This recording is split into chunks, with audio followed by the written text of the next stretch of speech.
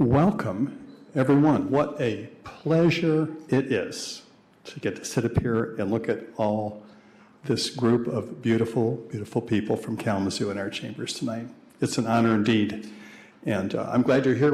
We're going to have 2 hours of a deep, in-depth budget presentation, which will start here just momentarily. I know that's what you're here for, so.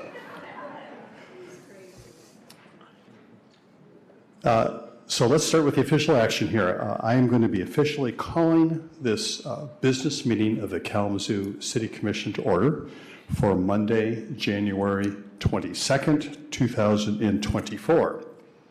And we have a few standard things that we're going to run through here to get us started before we move on to really what is a special event of tonight, which is recognizing 9 amazing young people who are here with us this evening in the chambers. So thank you so much for coming, and all your friends and family who support and love you being here tonight as well. So this meeting is now officially called to order, and our first order of business is the roll call. Clerk Borley. Commissioner Cooney. Present. Commissioner Decker. Present. Commissioner Hoffman. Present. Commissioner Pradel. Present. Commissioner Wilson. Present. Vice Mayor Hess. Present. Mayor Anderson. Here. Thank you, Clerk Borley. For our opening ceremony tonight, we have Father Puffin Barker from the Annunciation Greek Orthodox Church, who will be providing an invocation. And when he comes forward to provide the invocation, I'll ask everyone to stand for that. And then please remain standing for the Pledge of Allegiance. Father.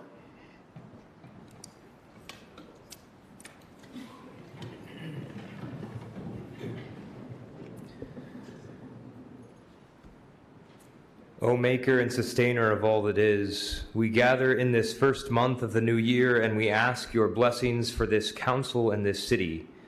God of years past and years yet to come, grant us wisdom, peace, and understanding in this present year. As a year in which a president will be elected in this country, there will be many temptations to strife, division, and even hatred. May we remember to set aside our selfishness and egoism in order to seek you, the God of peace, unity, and love, who is all and is in all. Give us the faith and confidence that we require to see beyond the struggles and difficulties of daily life and to recognize that there is goodness and beauty, there is truth and justice, but that these will fade from our city without people who dedicate their lives to ensure that these realities flourish. Give us the strength and the vision to be those people, and may Kalamazoo be a city where peace flourishes. Bless us, protect us, and have compassion on us, O God, in your grace. Amen. Amen.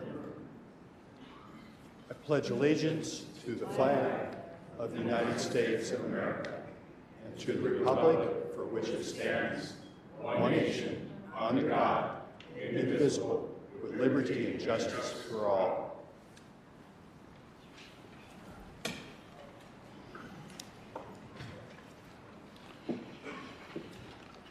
So now is the time on our agenda when we will move to our special recognition tonight. And this is something we do on an annual basis. It's one of the most meaningful meetings I think we have all year long. And this is related to, obviously, our recognition of Dr. Martin Luther King, which occurs this month. If it hadn't been for some changes, we would have been very close, concurrent to that holiday, but we got pushed back a week here. And we are here to recognize outstanding youth, and youth that are truly living the values of Dr. Martin Luther King, the values that he spoke to all of us about and continue to inspire us. And we're proud now to continue this evening recognizing 9 outstanding young residents. And for me, this is sometimes in times of challenge, what you also need is times of hope. And that is what we are focused on this evening, is hope for our shared future together and young people carrying on this good work. So we are honored, and we have Dr. Walker here with us this evening, and also program sponsors. I'll just run through that list here really quickly. We have Alpha Kappa Alpha sorority here. We have Consumers Energy, Fifth Third Bank, Kalamazoo, Nonviolent Opponents of War, Life EMS, Dr. Betty and Dr. Tony Dennis. It's the Lodge Dennis Award, Schupan and Sons, and then, of course, Dr. Lewis Walker Social Justice Youth Awards. That's sponsored by the CSM group. So let's go ahead and get started. I'd first like to welcome from Alpha Kappa Alpha sorority, Iota Sigma Omega President, Ms. Patsy Moore, to present the Social Justice Youth Award tonight. Welcome, Ms. Moore.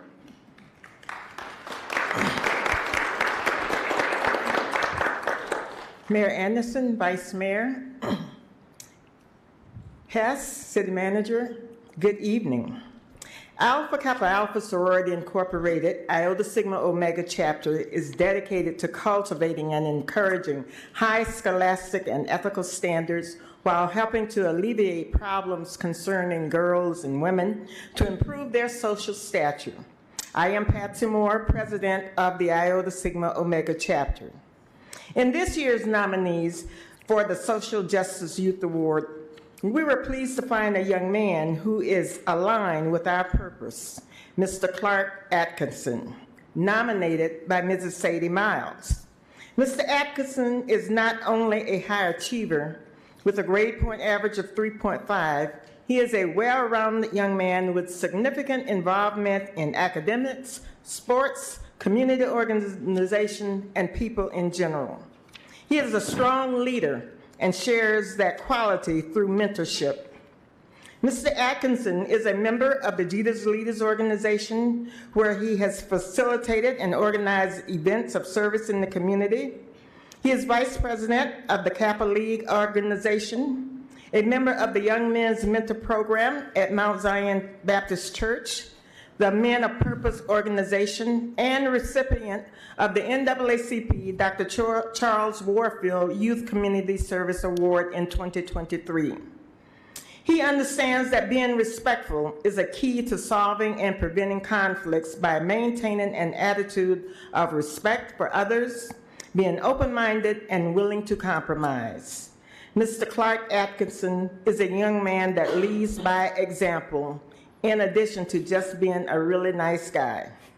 As president, and on behalf of our members, it is my pleasure to present the Alpha Kappa Alpha Sorority Incorporated, Iota Sigma Omega Chapter's Social Justice Youth Award to Mr. Clark Atkinson.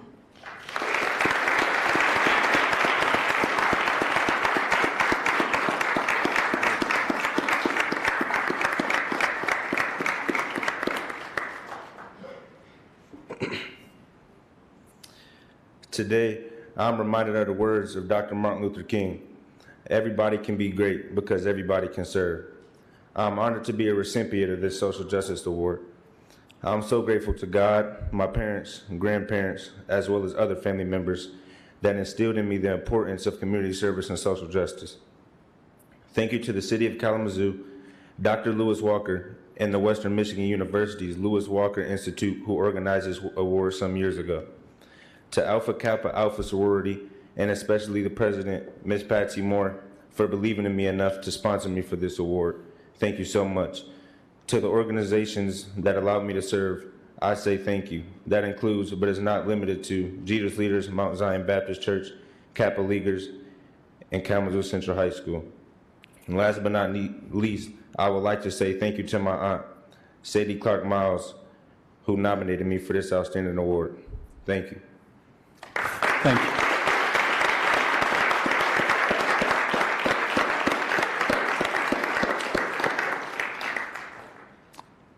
Thank you, Mr. Atkinson, and thank you, Ms. Patsy Moore. I appreciate that.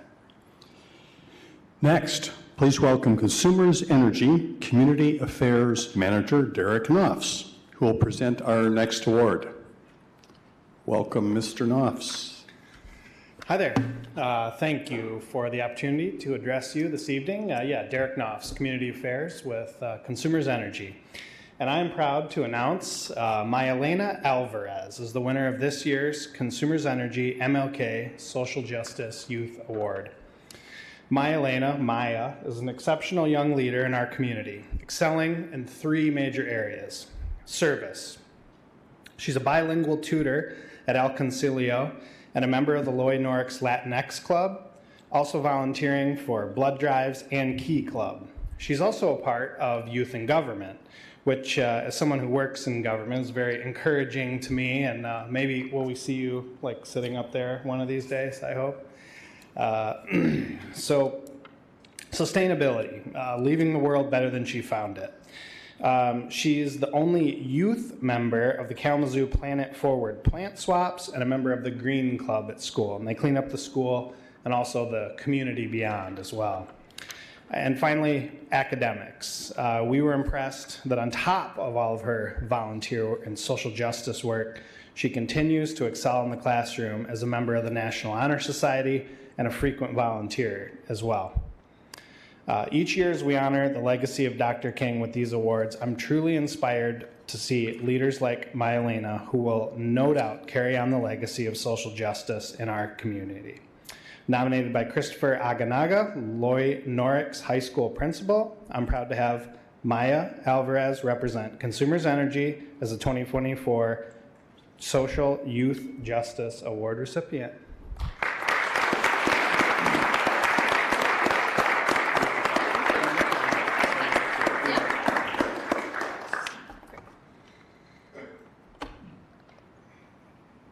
I would like to thank Consumers Energy for the recognition, as well as Mr. Aganaga and the staff at Lloyd Norrick's High School for their support. That's Thank you. Thank you.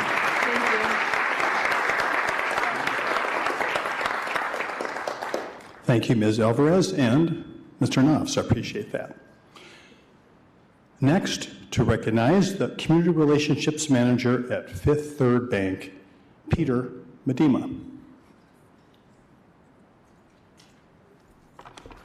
Thank you, Mayor, Commissioners.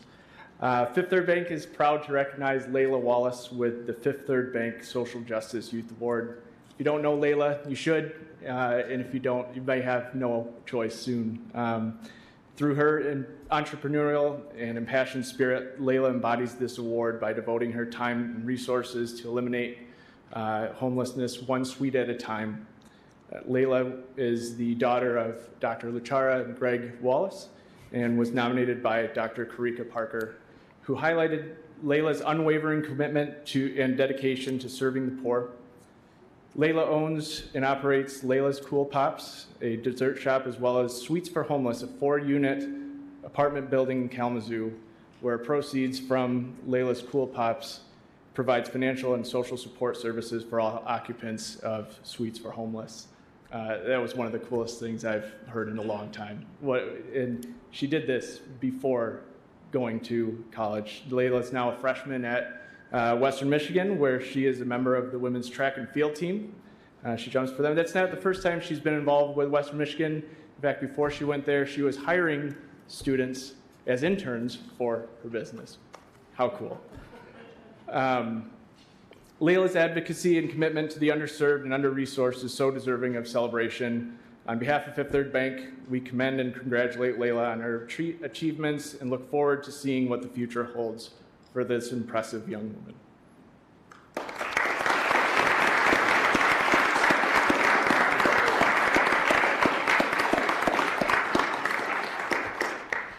Good evening, everyone. I want to thank especially Dr. Parker for this award. I'm so appreciative that people see me and the good that I'm trying to do for this community and just build our community up in the best way possible. I want to thank for everybody for coming out tonight. I want to thank my parents for being the leaders and the strong black women and men. I'm so appreciative of them because I couldn't do this without them. Their support and constant drive and just pushing me to do the things that I need to do so I can be here now. Thank you. Thank you.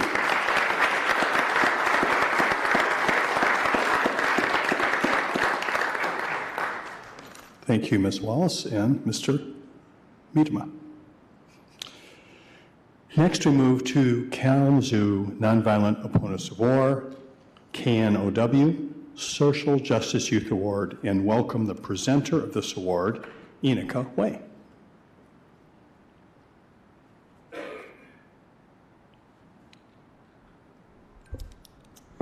Thank you, Mayor and Commissioners.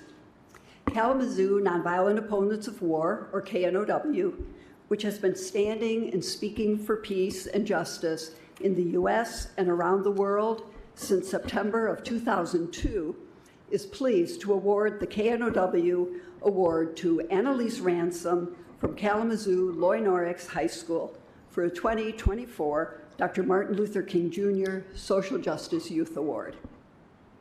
In the community, Annalise volunteers with a number of organizations that seek to support success for diverse populations.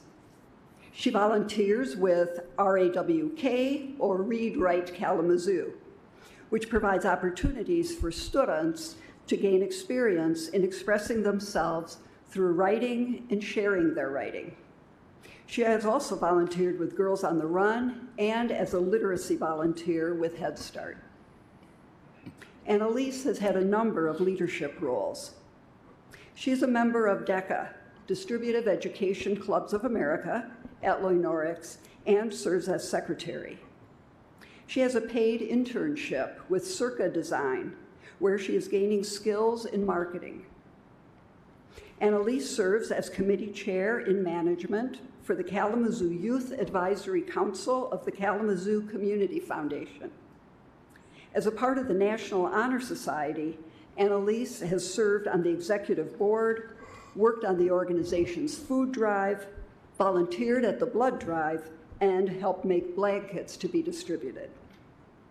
Annalise's nominator, Mr. Christopher Aguinaga, Loy-Norix principal, stated that Annalise leads by example by being a good team member and by making sure that all voices are heard in all group settings. KNOW is honored to award Annalise Ransom a 2024 Social Justice Youth Award.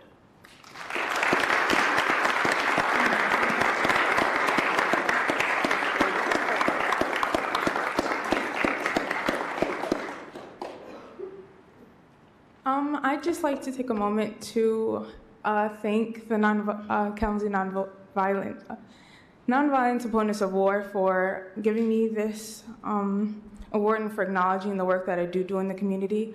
I think that this really aligns with my career goals of wanting to work in the United Nations one day. And with the Kalamazoo Nonviolent Opponents of War, fighting against wars and helping work towards conflict resolution since 2002 after 9/11, I think that this has just been a great experience and pleasure. And I'd also like to thank my sponsor, my recommender, my principal, Mr. Chris Aganaga, for also granting me this opportunity. And I'd also like to thank the ability to get to speak in front of all of you today. And that's all. Thank you. Thank you.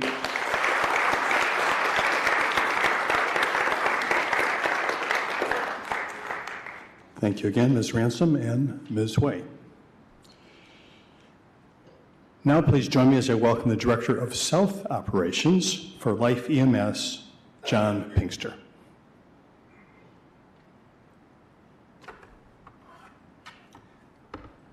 Thank you, Mr. Mayor, Commissioners. Omaz Clark is a compassionate young leader who has an outstanding focus on community service and a desire to treat all people with respect while ensuring they're at their best mentally. As treasurer of the Kalamazoo chapter of the Kappa League, a delegate to the Loy-Norix Business Club, and member of the Link Crew, Omaz is no stranger to hard work. Even with his extracurricular involvement, he remains academically strong and retains a laser-like focus to attend Michigan State University, to which he recently found out he was accepted, I might add. His goals following college include honoring his Kalamazoo roots by returning to the area to help shape our community for the better. This may or may not involve his current business practice that he has also launched, Broken Clouds, a clothing line that he's developed in mission with his father. It's got just such an outstanding slogan, outstanding thought process behind it. I hope you all have a chance to talk with him a little bit about that later. Omaz has demonstrated his leadership by assisting with various activities, including but not limited to the planning of the senior luncheon, serving as a student-to-student mentor, and participating in the executive board for the class of 2024. Through his participation in the Distributive Education Clubs of America, or DECA for short, he has worked to expand the world of business people to all races and ethnicities. DECA is a business-based club that prepares emerging leaders and entrepreneurs for careers in marketing, finance, hospitality, and management in high schools around the globe. DECA molds the great minds of the students of today into the great leaders of tomorrow by involving them in an open environment that fosters independent thought. Omaz understands in his heart and shows through his actions that we as a society must not accept anything less than equality for all. Nominated by Christopher Aganaga, principal of Loy Norris High School, and currently in his senior year, and go Knights, I have the privilege of presenting this year's Life EMS Social Justice Youth Award to Omaz Clark.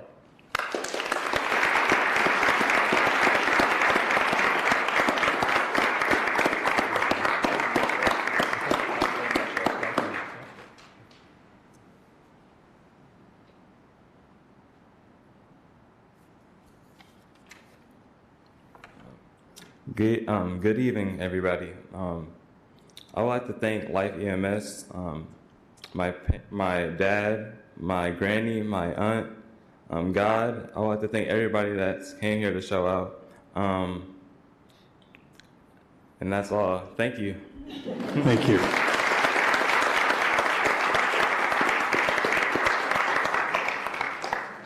Thank you again, Mr. Clark and Mr. Pinkster.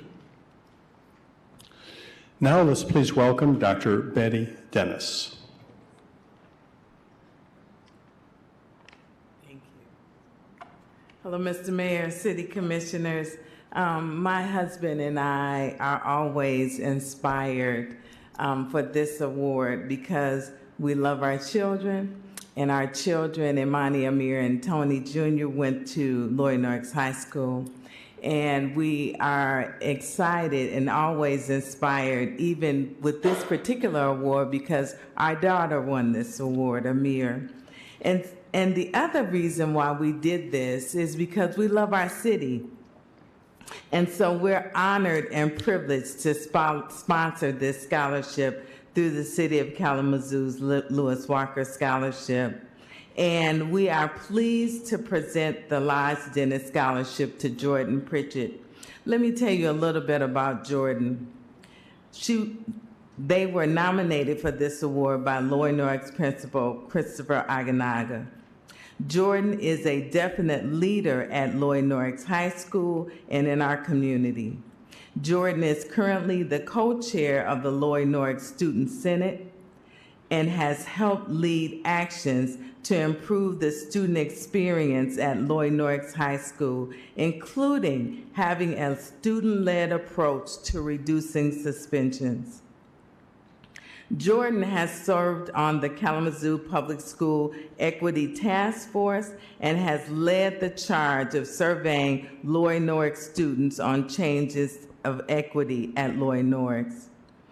Jordan organized community town hall meetings to foster open dialogue and raise awareness about critical global issues. Jordan was one of the first student members of the KPS Equity Task Force and helped deliver an interim report of this task force findings directly to the school board. Jordan is in the class of 2025, and they are the executive board treasurer and has been for 2 years and is a leader in the KRISA EFA dance program. Jordan is a strong believer in equity, bringing all voices to the room to advance any cause. A class leader feels that there's a need to put additional efforts to ensure that all voices are heard. And from what I understand this evening, Jordan is graduating in 3.5 years. We are pleased to present the Lies Dennis Social Justice Youth Award to Jordan Pritchett.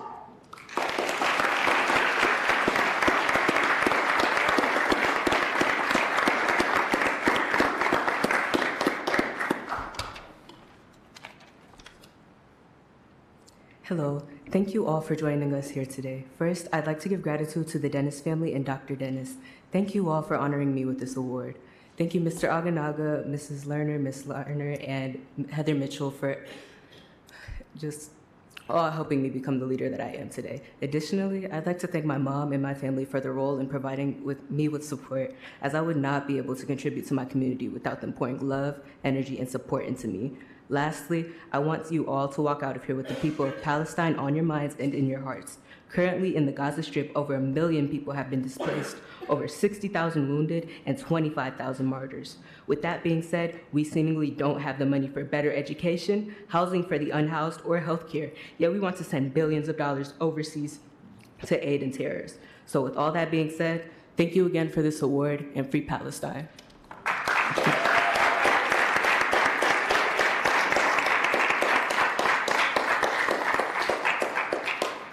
Thank you, Jordan Pritchett and Dr. Dennis. Next, please welcome Judy Woolsey, assistant to Mark Schupan of Schupan & Sons, who will present the next award. Welcome. Good evening. Thank you for having me here again. Mark Schupan sends his apologies. He finds this award very important, but there's always a conference during this meeting time every year. So I'm elected and I'm pleased. I'm excited to be here. I want to introduce Mahalia Guidry to everyone. She is an active youth ambassador in our community and works hard at being a champion for different events in Kalamazoo. Mahalia was nominated by her parents, Gerald and Thomasina Guidry, who have watched her grow and provide exceptional service in the community. She's an active participant in the Turn 2 Foundation with regard to meetings and discussions, and she works well with her peers and leaders and adults alike. She's considered a volunteer leader for the Rock, Read, and Write Kalamazoo program, and she's also worked with the Boys and Girls Club and Mersey Tate Explorers too. Her leadership skills are highlighted by her courage, and she is respected by everyone she interacts with. Mahalia is homeschooled, but obviously gets out in the community and understands all the pressure, things that are happening with her peers. She speaks out against injustices she observes in Kalamazoo and the world. She is involved with Mersey Tate Director that helps young women in Kalamazoo seek different opportunities so they can attend these events and grow. Schupan & Sons is proud to present the MLK Social Justice Youth Award to Mahalia Guidry in recognition for her efforts to help change the community and the world.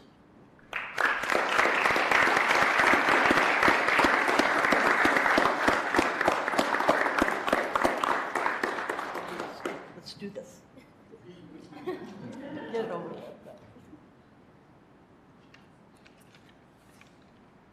Hello. I would like to thank everyone involved with presenting me with this award and just everyone who's helped me get to where I am today. I really couldn't do it without you all and everyone in this community who has helped me become the person I am today. And I especially want to thank my parents for always encouraging me to volunteer in this community because I love this city and I love this community and I have huge aspirations. So I'm really grateful that I'm here tonight, so thank you. Thank you.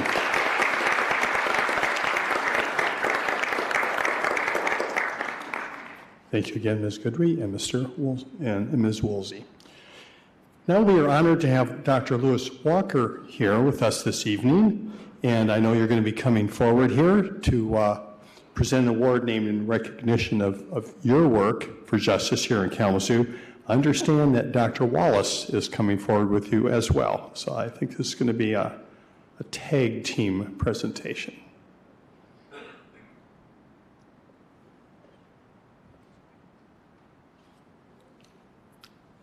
Welcome. Thank you so much. And I want to say how proud I am to come each year around this time to honor young people who are so outstanding and I wish them all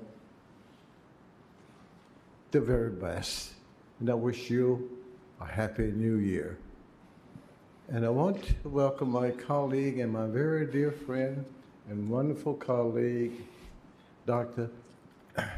Wallace, who will help in the presentation to these two outstanding recipients.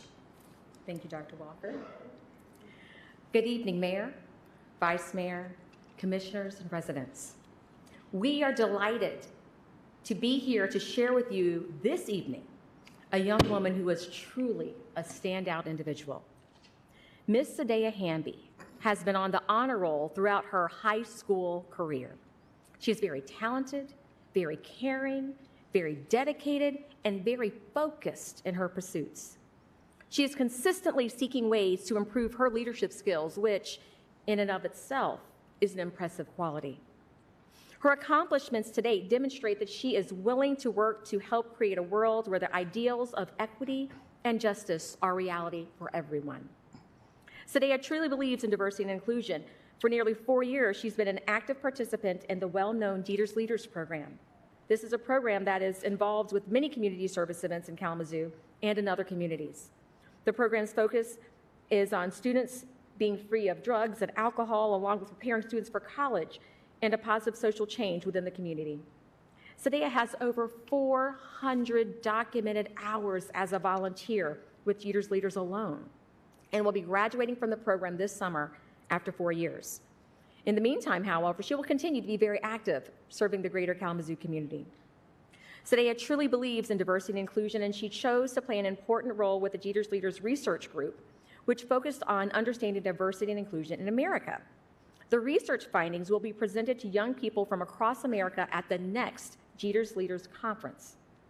In addition to being a site mentor at the Boys and Girls Club, Sadea will continue to be a blessing to the greater Kalamazoo area community by volunteering at numerous community events, such as From Out of the Darkness Suicide Awareness, Walk to Charlie's Place Trunk or Treat Kalamazoo Parks and Recreation, and the Kalamazoo Central Mock Trial, the National Honor Society, and as a youth ambassador at Griffin Place, helping to decrease the suicide rate among teenagers in our community. To her credit, Sadea is known for always supporting her peers. Her caring nature and personality allow her to work well with others in a team setting, and her peers and Jeter's Leaders have recognized and acknowledged her exceptional leadership qualities by nominating her for the Secretary of the Executive Council for the 2022-2023 year, and now Vice President for the 2023-2024 program year. To us, this action speaks highly of Sadea as a valued youth leader. As the Vice President of Jeter's Leaders Executive Council, Sadea has always made sure that every voice is heard at the meetings and that her fellow members feel respected and their viewpoints are valued. Finally, Sadea is known to be active not only with Jeter's Leaders, but she finds time to work as a youth ambassador at Griffin Place, participate with the Kalamazoo Central Mock Trial, and with the National Honor Society. And we are certainly grateful to Dr. Harold T. Smith for nominating and bringing this outstanding young woman to the attention of the Commission and to the citizen of Kalamazoo. Ms. Bryant, we certainly thank you for sharing your splendid young woman with us. Sadea Hamby, as she continues to have a positive impact on our community. And therefore, we are extremely honored.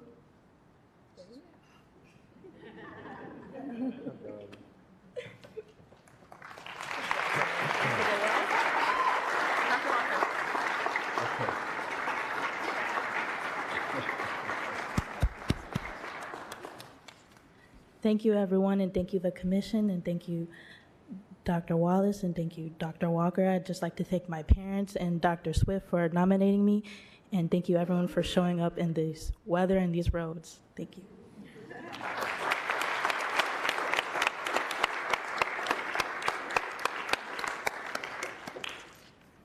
Before we came in, I asked this young woman, when do you find time to sleep? We are so proud of you. And I want to say, I think this is the first time that this has ever happened, that we have the opportunity to present not one, but two outstanding recipients of the Lewis Walker Youth Social Justice Award. And so, our next recipient, we are very delighted to be here this evening to share with you a young woman who has already proven to be a warrior for social justice. This social justice warrior is Avery Pratt. Where are you, Avery? There she is, Avery Pratt. And over the next 3 years, or the last 3 years, excuse me, she has demonstrated a strong commitment to increasing diversity, equity, and inclusion in various organizations and in the wider community. A review of her impressive record suggests that Avery started on the social justice path when she was still in 10th grade. It was during this time that she was nominated by CAMSI staff to attend a conference at Michigan State University to help develop her leadership potential. Today, she is a strong public speaker and has excellent organizational skills. Avery attends the Gull Lake High School and the Kalamazoo Area Math and Science Center. For more than 4 years, Avery has placed her talents and organizational skills on display as a strong worker for social justice. Her skills and talents have been on display in numerous ways. She's been a 3-year co-leader of the CAMSI Multicultural Student Organization, where she has demonstrated a strong commitment to increasing diversity. She plans and presides over meetings, recruits students, and proactively coordinates with teachers. Additionally, she has visited middle school classes to talk to the students about pursuing math and applying to CAMSI to help recruit more diverse students to the program. A strong worker as a member of the Jack and Jill, well, actually the Southwestern Michigan chapter of Jack and Jill of America Incorporated. This is an organization that is dedicated to nurturing future African American leaders. And Avery has served as our teen secretary, teen vice president, teen president for 2 terms, and foundation chair. She's also a meeting planner. I'm not done, y'all. She's a meeting planner for the Gull Lake People of Color Student Union, and the goal of the union is to provide a safe space for students of color at her high school. Also, a current secretary of the Gull Lake Gender Sexuality Alliance, GSA. It's there that she works contributing to a safe and respected environment for students of the LGBTQIA+ community. It is obvious to us that Avery has a vision of the world where the ideals of equity and justice are reality for all people. We say this because over the past 3 years, Avery has demonstrated a strong commitment to increasing diversity and equity and inclusion at CAMSI as well as within the wider community. And again, she is also such a strong worker for social justice for everyone. Avery facilitates evening meetings with discussions where students from various backgrounds can come together each week to talk about various complex topics, such as racial bias. She is known to deliberately plan times for safe space discussions and times for community building. We are certainly grateful to Ms. Rebecca Joyce for nominating and bringing you to our attention. And we're grateful to Dr. Brandy Brown, whom we thank so much for sharing you with 2 communities, not 1, but 2. And when do you find time to sleep? And therefore, we are extremely happy and honored to present the Lewis Walker Social Justice Youth Award to Ms. Avery Pratt.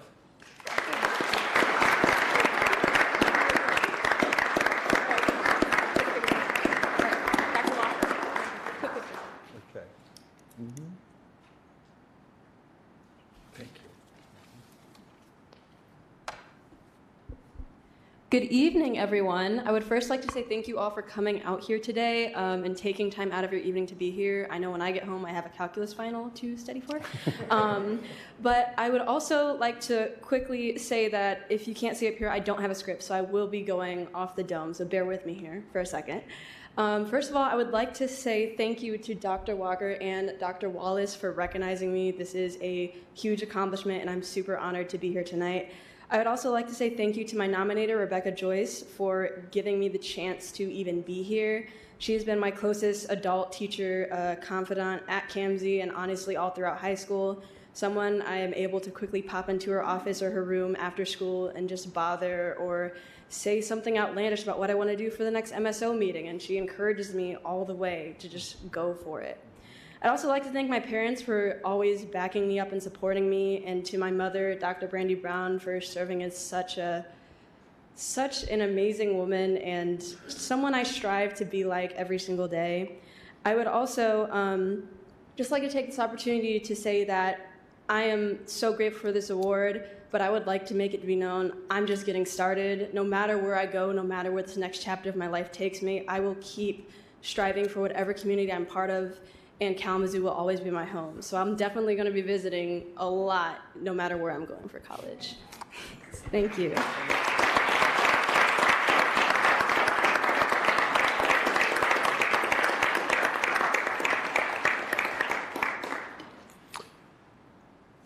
Thank you once again, Ms. Pratt, and earlier, Ms. Hamby, is that correct?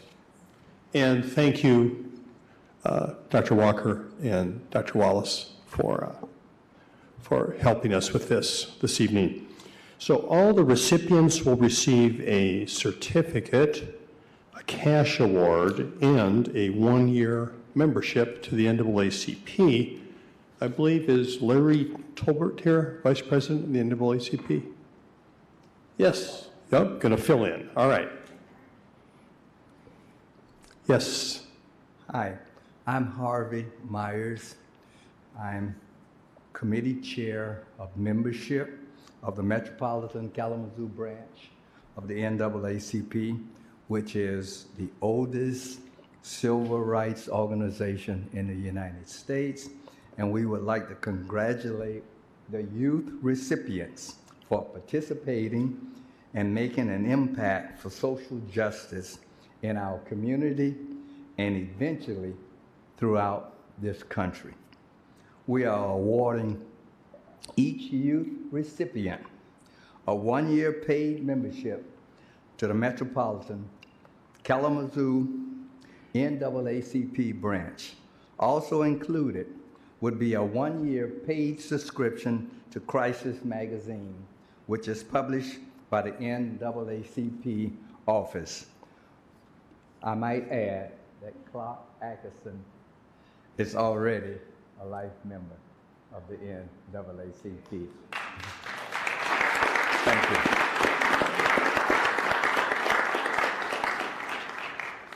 Thank you, Harvey Myers. So once again now, please join me in congratulating all our recipients once again this evening.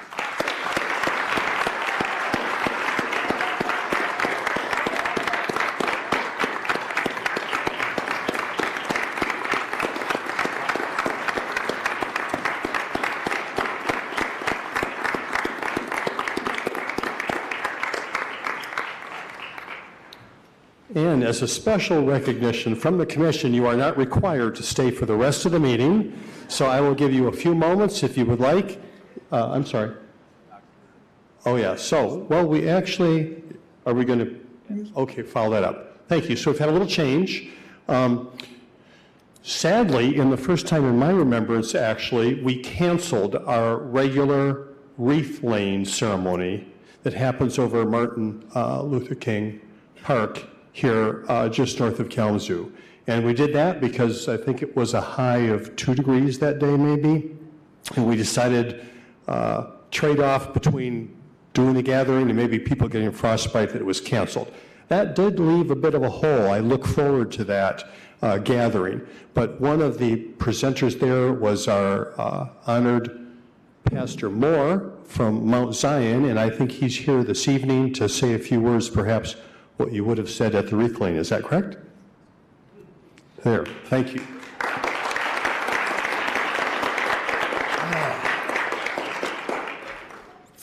Mr. Mayor, Vice Mayor, the Mayor Hess, Manager Ritzman, City Commissioners, and to all the residents that are here today, and to all these outstanding youth that are here today. And I'm going to add something that I wasn't going to say there because of these youth that are here tonight. Every presentation that was given, I heard the word justice. and social justice as these young men and women are working toward that. And it seems like that's important to them. And so that's kind of where I want to lend my comments tonight, because we had our Northside Ministry Alliance MLK celebration on January 14th at the Mount Zion Baptist Church. Our focus for that day is committed to executing justice, not just a day of service. And Commissioner Cooney, the reason that was important to us is because I feel as though Martin Luther King's birthday has been dwindled down to a day of service, wherein organizations and businesses and individuals are actually okay to just plant a tree or clean a street, but never really, and that's good, nothing's wrong with that, or feed the hungry, but the next day, it doesn't really impact people's lives. And when you look at the life of Dr. Martin Luther King, he didn't give his life to plant a tree. He didn't give his life to clean a street. He gave his life because there were injustices in this world, particularly from African American, the Negro race. The economic divide was great, and it still is. A lot of the social ills that were present then are present now. But it seems as though when it comes to his birthday, and we want to serve one day, and we don't want to make meaningful changes in policies and procedures that would actually make individuals' lives better. It is said that Martin Luther King, he was not killed because of the I Have a Dream speech. He said at a speech in 1967 at Stanford University, he made a shift. He said, we worked hard for desegregation so we could sit at a lunch counter, so we can sit anywhere on a bus, and so we can have access to different places. But that really didn't cost anybody anything. He shifted and said, now we need justice. And what he pointed to was economic justice. And as we stand here today, we still see the economic divide is still great. And so policies and procedures, companies, individuals, businesses need to look at their policies and procedures. What is it in that keep individuals from having a fair shake and for having a part of the economic pie? He said that when the Negro was freed, because they were not given any land or any possessions, they were free to hunger, free to pain, free to still grapple out a life for themselves. But they didn't have the economic peace that everyone else has. And that seems to still be the problem today, that the economic conditions are still not the same, and we want to have a day of service. So our challenge today is that we actually look at his life for what it was. He gave it for justice. He actually said, let justice run down like waters and righteousness like a mighty stream. But it seems as though only young people are talking about justice. And we applaud the companies that award them for talking about justice. But what are you doing with your policies and procedures that will allow people to have real justice and real equity? That's what I was going to say at the wreath laying ceremony. Thank you so very much.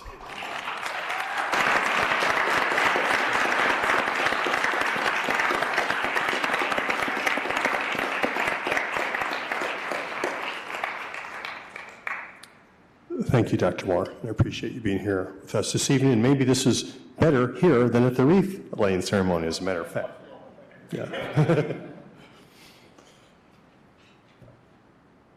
I will now give people an opportunity, if they would like to take advantage, if you would like to leave the chambers, give you 4 moments to wander out. You can certainly take pictures outside if you want to do more of that before we continue on with our meeting.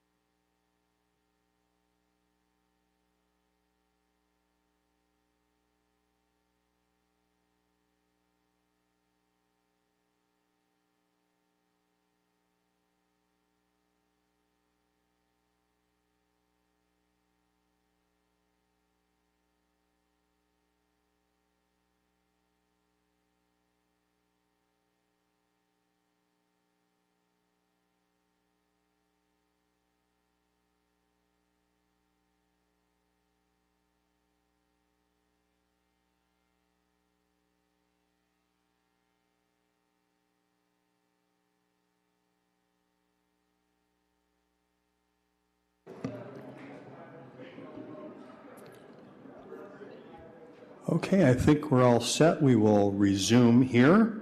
We do have a proclamation this evening, an important proclamation.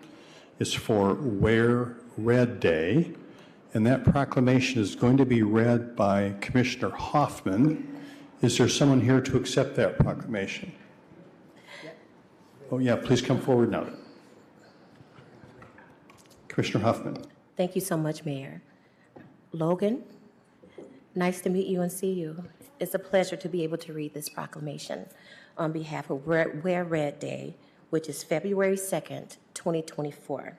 Whereas cardiovascular disease is the leading cause of death in women, claiming more lives than all forms of cancer combined, and yet only 44% of women recognize that cardiovascular disease is their greatest health threat. And whereas among females 20 years or older, nearly 45% are living with some form of cardiovascular disease, and less than half of women entering pregnancy in the United States have optimal cardiovascular health. And whereas cardiovascular disease is the leading cause of maternal death in the U.S., or more simply put, heart disease is the #1 killer of new moms. And whereas overall, 10 to 20% of women will have a health issue during pregnancy, and high blood pressure, preeclampsia, and gestational diabetes during the pregnancy greatly increase a woman's risk for developing cardiovascular disease later in life. And whereas most cardiac and stroke events can be prevented through education and lifestyle changes, such as moving more, eating smart, and managing blood pressure. And whereas in 2020, stroke caused the deaths of 90,627 females, approximately 56.5% of total stroke deaths. And whereas Women are often less likely to receive bystander CPR because rescuers often fear accusations of inappropriate touching, sexual assault, or injury to the victim.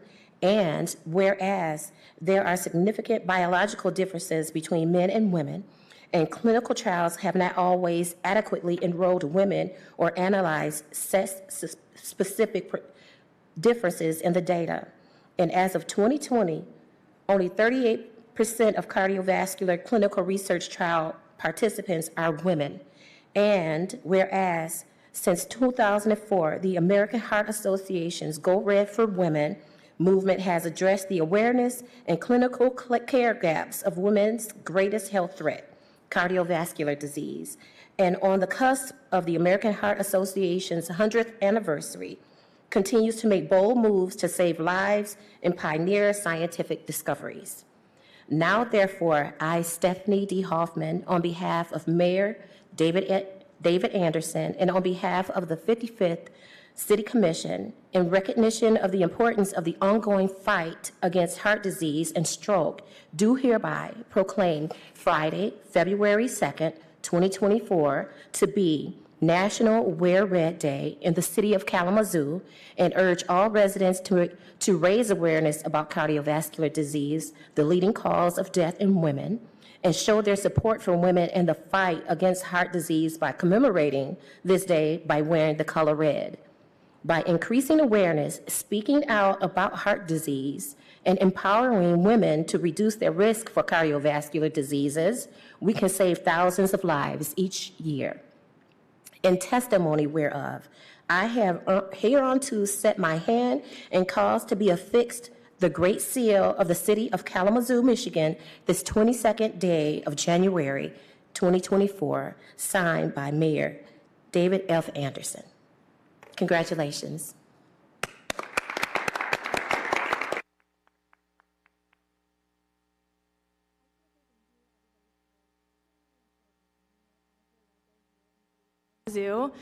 As you can tell, it is very important that we are all in this fight together. Women's greatest health risk, like we mentioned, is cardiovascular disease as well as stroke. Heart disease is the #1 killer in the United States, but it's also the #1 killer of women, killing 1 in 3 women every year.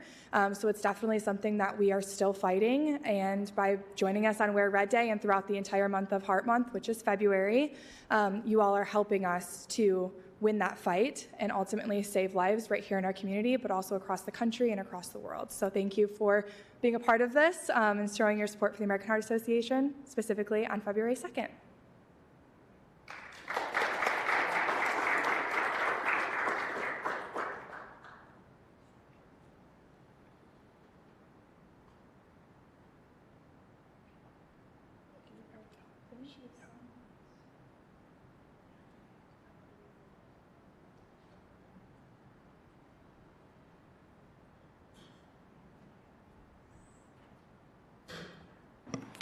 Very important message. Thank you for reading that, Commissioner Hoffman. I appreciate that. Now we are at the point on our agenda where we adopt the formal agenda. Commissioners, are there any items on G, the consent agenda, that you'd like to have moved to the regular agenda? Yes, I would like G1 removed to the regular agenda. Thank you. Any others, commissioners? Yes, Manager Ritzman. Yeah, I would like to pull the appointment of Mr. Drew Duncan, as he has recently been hired by the City of Kalamazoo. And so we'll make that change and have to find another person to fill CDAC. So, thank you, Manager Ritzman. Is there anyone in the audience that would like to move an item from G, the consent agenda, to H, the regular agenda? Good evening, John Allen, 3412 Bronson Boulevard. I would move that from the consent agenda G1. Is that what? Yeah, G1's being moved, yes. Already moved? Yes. Okay, then we don't need that one. But I would also move G3 from the consent agenda to the regular agenda. Okay, thank you. 2 items moved from consent to regular. Any other changes? Okay, the agenda stands as changed then. Next, communications. Manager Ritzma. Nothing, Your Honor. Thank you so much. Now is the opportunity for public comments. So public comments is a time for you to provide a comment to commission here at a business meeting. It isn't a dialogue time, but you can definitely take advantage of the opportunity. If you are interested, please come forward. You'll have 3 minutes. Please state your name and whether you live in the city. And we'll start with anyone who's actually here in the chambers first. And then just as a reminder, you can still call in with a public comment. This is the last meeting for that. And that number is 888-382-9556. Yes, please.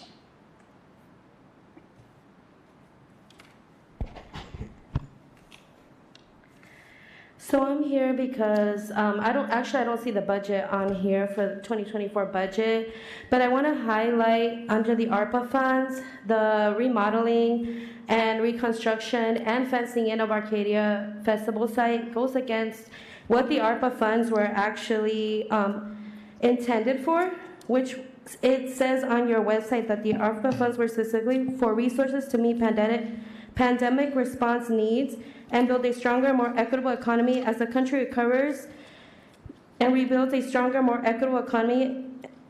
And it is to support public health expenditures, provide premium pay for essential workers, invest in water, sewer, broadband, direct relief for the community. And if there's any community in Kalamazoo who needs these ARPA funds, it is the houseless community. It is the Alice community. You remember the asset limited, income constrained, and employee statistics? I know you all were here most of you were here for that presentation. That said that 67% of black households were living paycheck to paycheck, barely surviving, as the representative called it, a bare bones budget. 50% of Latinx households were in the same desperate boat with no relief in sight.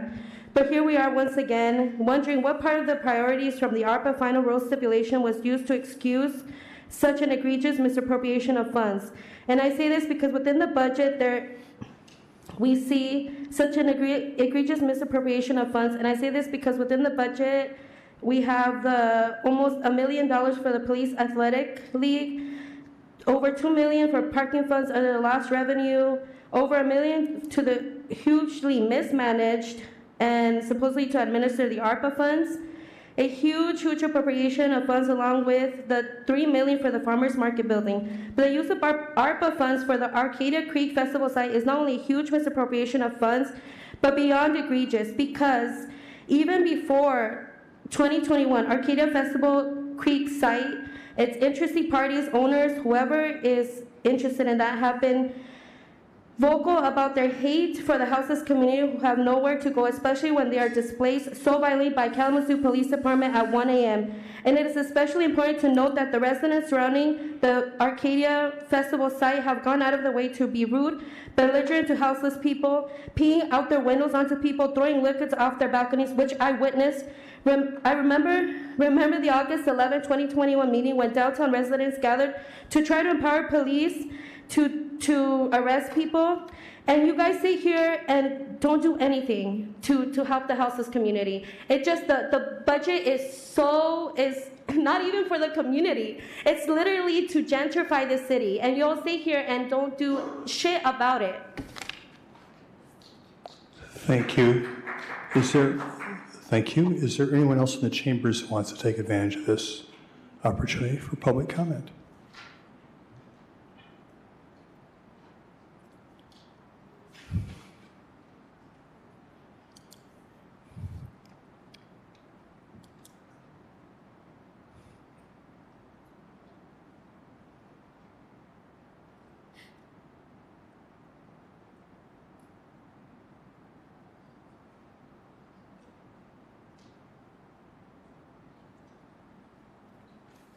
Hello. There we go. My name is Cindra Burnside. I think I'm going to be singing the same song, but just the older lady version. I drove over here tonight pretty darn grumpy, but thankfully the beginning of this cheered me up a lot. It made me see that We've got a bright future ahead of us with the youth that were here today. But having said that, I live in the Edison community, and my family's lived there this year, 2024, for 100 years. We're proud of that. I'm proud to live in Kalamazoo, proud to live in my neighborhood. But there were two things really that brought me to this meeting, and I know later you're going to be talking about the budget, and that's one of the things that drew me here. But the other thing that I wanted to talk about is the fact that we just had unbearably Arctic, below zero temperatures, and changed many things to protect people and keep people safe because of it, including the wreath laying, right? We don't want people out, stay home. But we have people in this community who have no home to go to. And I don't personally feel, and I believe there are a lot of citizens and residents who feel the same way, that when we have that type of emergency, and it was an emergency, and we may see it again, we could see it 2 weeks from now, or we know Michigan. To have that type of emergency and our plan be that there are some places you can go during the day, they all close pretty much by 4, and then there's one place that people can go at night, even though we know, based on what we know about behavioral health and mental health and the unhoused population, that one entity doesn't solve the problem. And so I met many homeless people during that time period, and some I had met before and some were new to me, because many of us, just as citizens, went out and drove around and said, what can, are you okay? And here are socks, and here are plastic bags to put between your leaking shoes and your socks, and here's a sandwich, and here's some hot coffee. And it wasn't just a one-time thing. There are people, citizens who are out there every night of the week to help these people. But it's unconscionable to think that when we're telling everybody else, this is stay home, this weather is, that we don't have something. We have to do better. It seems like we have in the past, but we aren't now. And I don't believe any of us, have think that one thing is the answer. It's obviously a multifaceted problem, but I don't think it's going to be solved solely on the back of individual citizens going, oh my gosh, what can we do? We've got to get out there because people, I'm a nurse, I'm a hospice nurse. So your 3 minutes are up. Thank you for coming down. Yeah, thank you. Appreciate it. Next, please.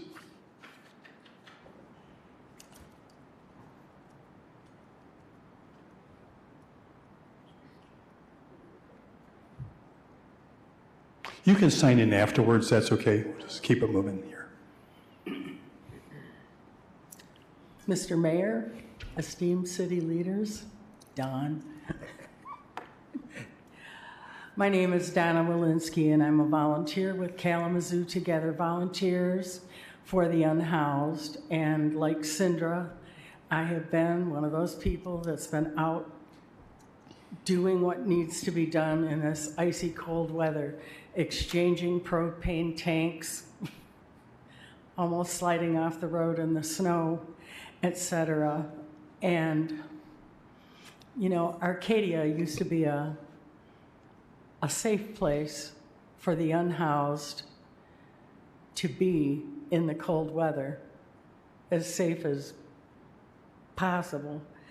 And the thought that the COVID money that's left over is being used to build a new, more secure, more fenced-in Arcadia Park is abhorrent to me. It's just unconscionable.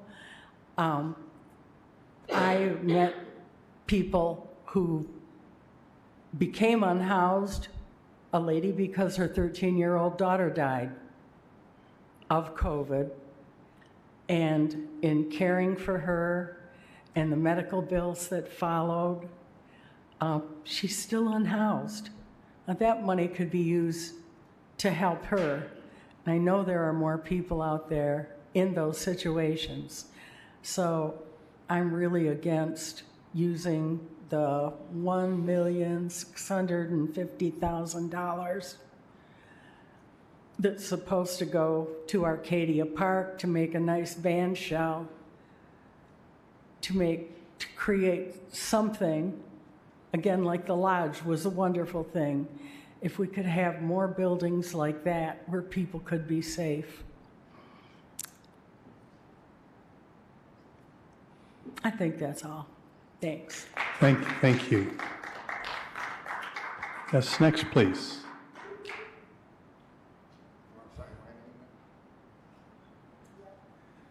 Hi, I'm Jerry Walensky. I live at 2122 East Court. This is my wife, Donna. We work hand in hand together to take care as much as we can to service the unhoused. We actually have 3 unhoused that we're managing in our home. So first of all, I've known a lot of you, some of you for a long time, and I know where your hearts are. One thing that upsets me, though, is when you start, and first of all, I know that funding has been dropping and dropping and dropping, since the 60s at least. But what I would like you to do is really, when you start looking at dollars and cents, the first question that you ask yourself is, how can I use these dollars to take care of those who are less fortunate than us? It seems like it's always like an afterthought, or when somebody gets up here and spanks you for misusing, in their mind, funds, but really having that as a first question. There are a lot of medically frail people out there. When I went out to clean up a camp in January of last year, there was a woman living out there with one leg. There was no facilities for her to use the bathroom. I can't even describe what it looked like out there. And so we moved her house and got her in some temporary place. But I know people out there with leukemia, with cancer, just amazing, amazing medical facility situations. In fact, we housed a bunch of people at the Red Roof Inn, and this money comes out of our pockets. We're not part of an organization that gets funding from anywhere. And we had a woman a medical person asked us to house her. And so it's kind of like even the medical organizations aren't stepping up. I was a little upset, and I'm still upset. The other thing is, we cleaned up this campsite in January. We spent 2 days. We had all the trash removed, and it wasn't on the city's dollar. But somebody charged the city, I think, $28,000 in January for the work that we did. So my other request is, if we are giving people, granting them monies, that they actually are accountable for. Thank you.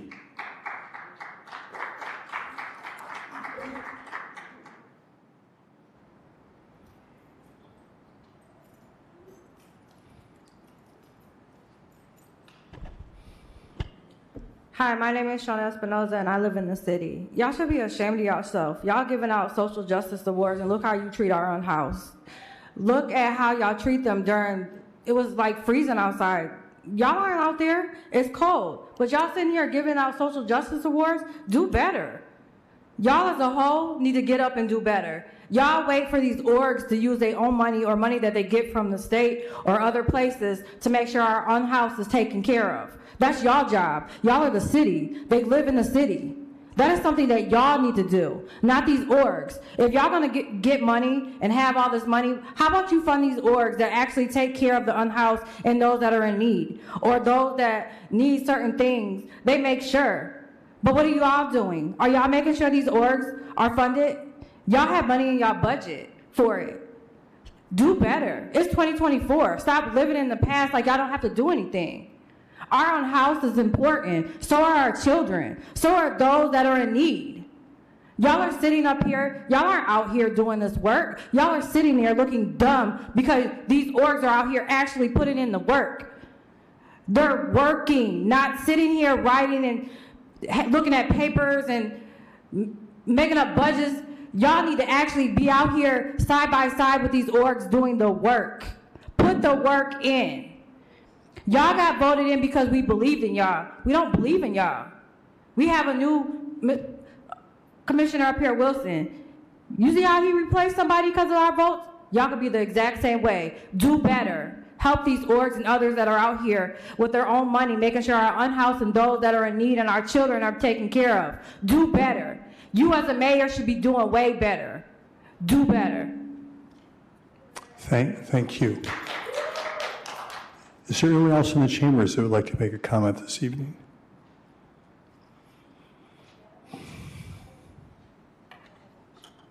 Good evening, Mr. Mayor, Commissioners, City Manager, City Attorney. John, if you push that microphone up a little bit. Sure.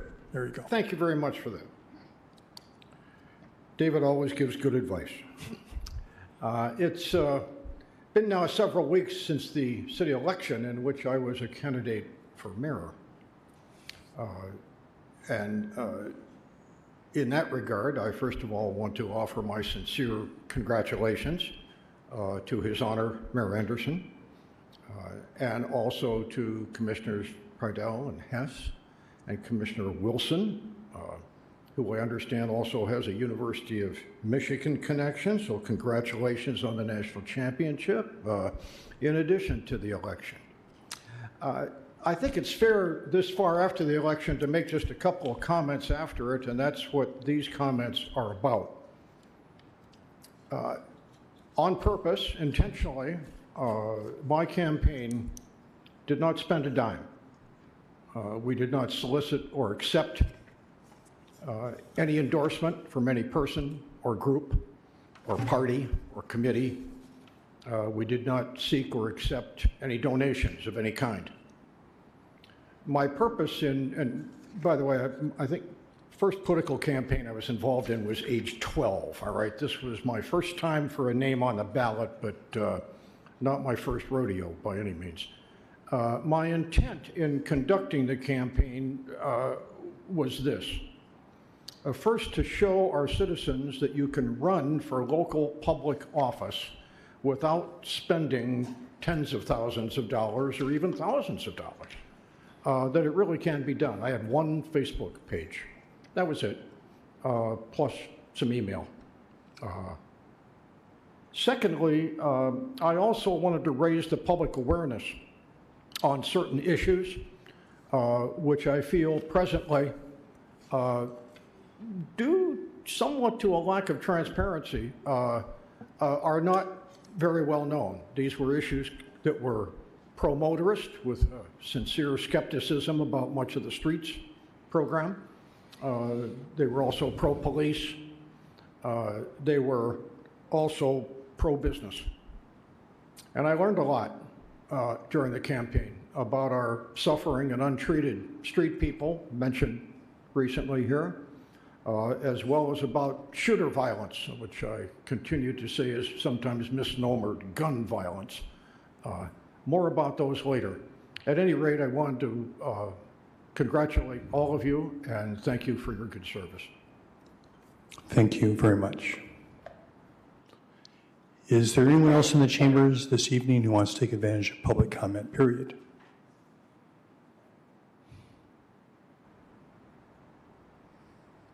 Hi, my name is Monica Hampton, and I'm speaking out on me just pretty much disagreeing on the use of the pandemic for Arcadia Park. I am one of the unhoused, and I was displaced at 1 a.m. From one of the campsites. And for people like me who have, well, with me right now is one of my service dogs. I have 3. And places like, you know, the Mission and things like that aren't really open to accepting people with 1 service dog, let alone a couple. Because I have a few different disabilities, they all kind of do a different task and things like that. But I believe that there are other things that it could be used on, you know, like they did the Lodge House. That could be something we could use the funds on and do like transitional housing to help, like, you know, with the unhoused.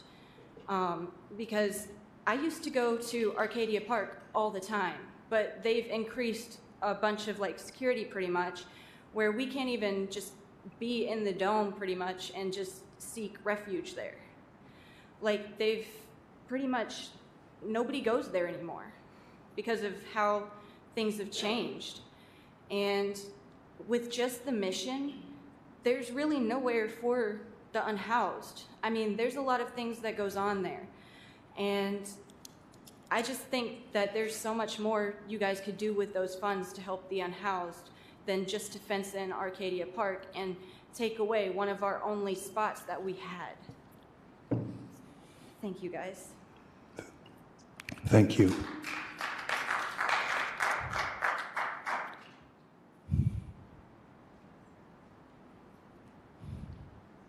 Good evening. Jeff Messer, city resident. For those of you watching live at home, I want you to know that this will be your last opportunity to call in to City Commission meetings live by dialing 888-382-9556. At the last City Commission business meeting on Tuesday, January 2nd, Manager Ritzma announced that the call-in option will be discontinued with the next City Commission meeting on Monday, February 5. So I encourage you to make the most of the last opportunity to remotely participate in City Commission meetings. You may want to take this opportunity to express your feelings about the $1,650,000 in federal COVID relief funds being spent on a total renovation of Arcadia Creek Festival Place, which isn't even 20 years old. One of the goals of this project is to completely fence the site so that it can be locked and public denied access, including users of the Kalamazoo River Valley Trail. This money is supposed to be spent on public health infrastructure, such as downtown public restrooms. The backers of this spending say it will bring back festivals, but I'm doubtful. There were about 10 different reasons why the festivals went away, which WMUK Public Radio published in an article titled, "Why Big Festivals Left Arcadia Creek Festival Site" on July 28, 2016. Renovating the festival site alone won't bring back the festivals. I also suspect that this renovation will include an expansion of the city's increasingly pervasive mass surveillance network powered by the Fuchsia's Real-Time Crime Center and Artificial Intelligent Analytics, which is why they put up all the new rules on the mall and suddenly declared the north block of the mall to be a city park, even though it's a public right-of-way and not a park. And those rules don't even exist because the City Commission rejected them in August 2018. You need to repeal that section of Parks Ordinance which allows staff to simply implement a park rule simply by posting a sign. And the police there, and then, they had the surveillance trailer there from early August up until about New Year's. And so, anyway, please call in and take advantage of your last opportunity. Thank you. Thank you. Anyone else in the chambers would like to take advantage of this opportunity? Seeing no one else at this time, Deputy City Manager Chamberlain, has anybody called in with a public comment? We'll go ahead and check the lines right now.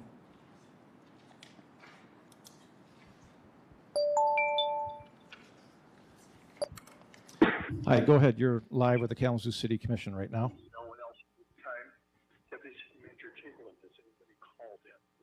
Hello, go ahead. You're with the commission right now. Hi, my name is Tina. I live in Kalamazoo, in Southtown neighborhood. I live on Lake Street. I am calling because when it rains this week, your crosstown ponds have been so high that they are going to flood us out. they are setting at the top. Are you planning on doing anything about this problem, flooding out the storm drains, flood out the streets? Eventually, they are all connected together, or they would not flood out a whole neighborhood. And I already know you don't care about any of the residents. That's why you're taking away public comments. Because if people are working, or people are elderly, or people are sick, and they want to speak and want you to listen and hear what their concerns are, they can't even call and bring them in no more. Back to what I'm talking about. I have been asking ever since December 18th of 2017 for you to do something to fix this problem for over 6 years now. See, we are a very diverse neighborhood of homeowners already struggling to survive. Our storm drains in the streets, in the floodplain areas, flood our streets out, floods out the whole entire neighborhood, and then backs up your city's storm sewers. And that is not right, which floods out the streets. My question for all of you is, when are you going to start caring and stop throwing away money on junk and fix the infrastructure in our neighborhood? And another question, why won't you do an environmental study of what taking away this last natural green space to build in a floodplain area will do to the residents and the poorer homeowners that work and already struggle? Another thing, we already flood because you keep taking away land in floodplain areas. No, you just roll your eyes and don't care. It's time to start listening. Your problem is you only listen to the money. The money trail is all you listen to. Not the poor, not the people. We don't matter. It's not your home, not your problem. But you have dumped in our neighborhood over and over again without fixing the problems, without fixing the failing infrastructure. You have made Kalamazoo a hot mess. Nobody likes downtown no more. You've destroyed it. Now you're taking away the Arcadia Creek and going to lock it up for your rich buddies downtown. The only ones that gets any help from you is the chosen ones. And it's time to start listening to the poor residents for once. After all, this is your job to take care of Kalamazoo. Kalamazoo is a mess. You took away public comment, so now people can't call. They work. They're handicapped. They're older people. They need to call and bring their concerns. But evidently you don't care. Thank you.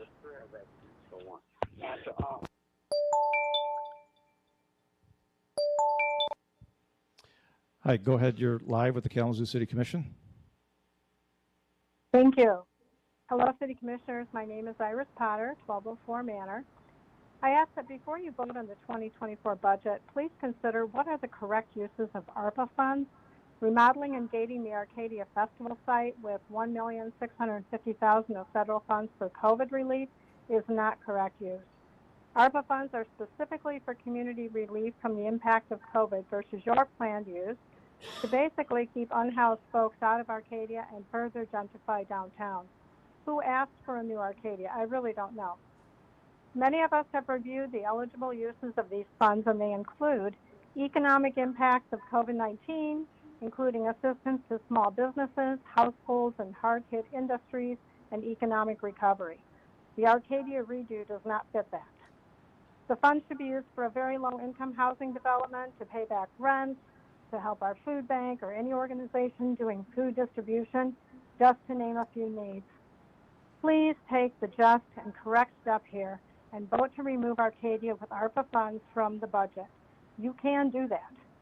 Also, please stop the police sweeps of the unhoused camps. I would appreciate that, and so would many folks. Thank you.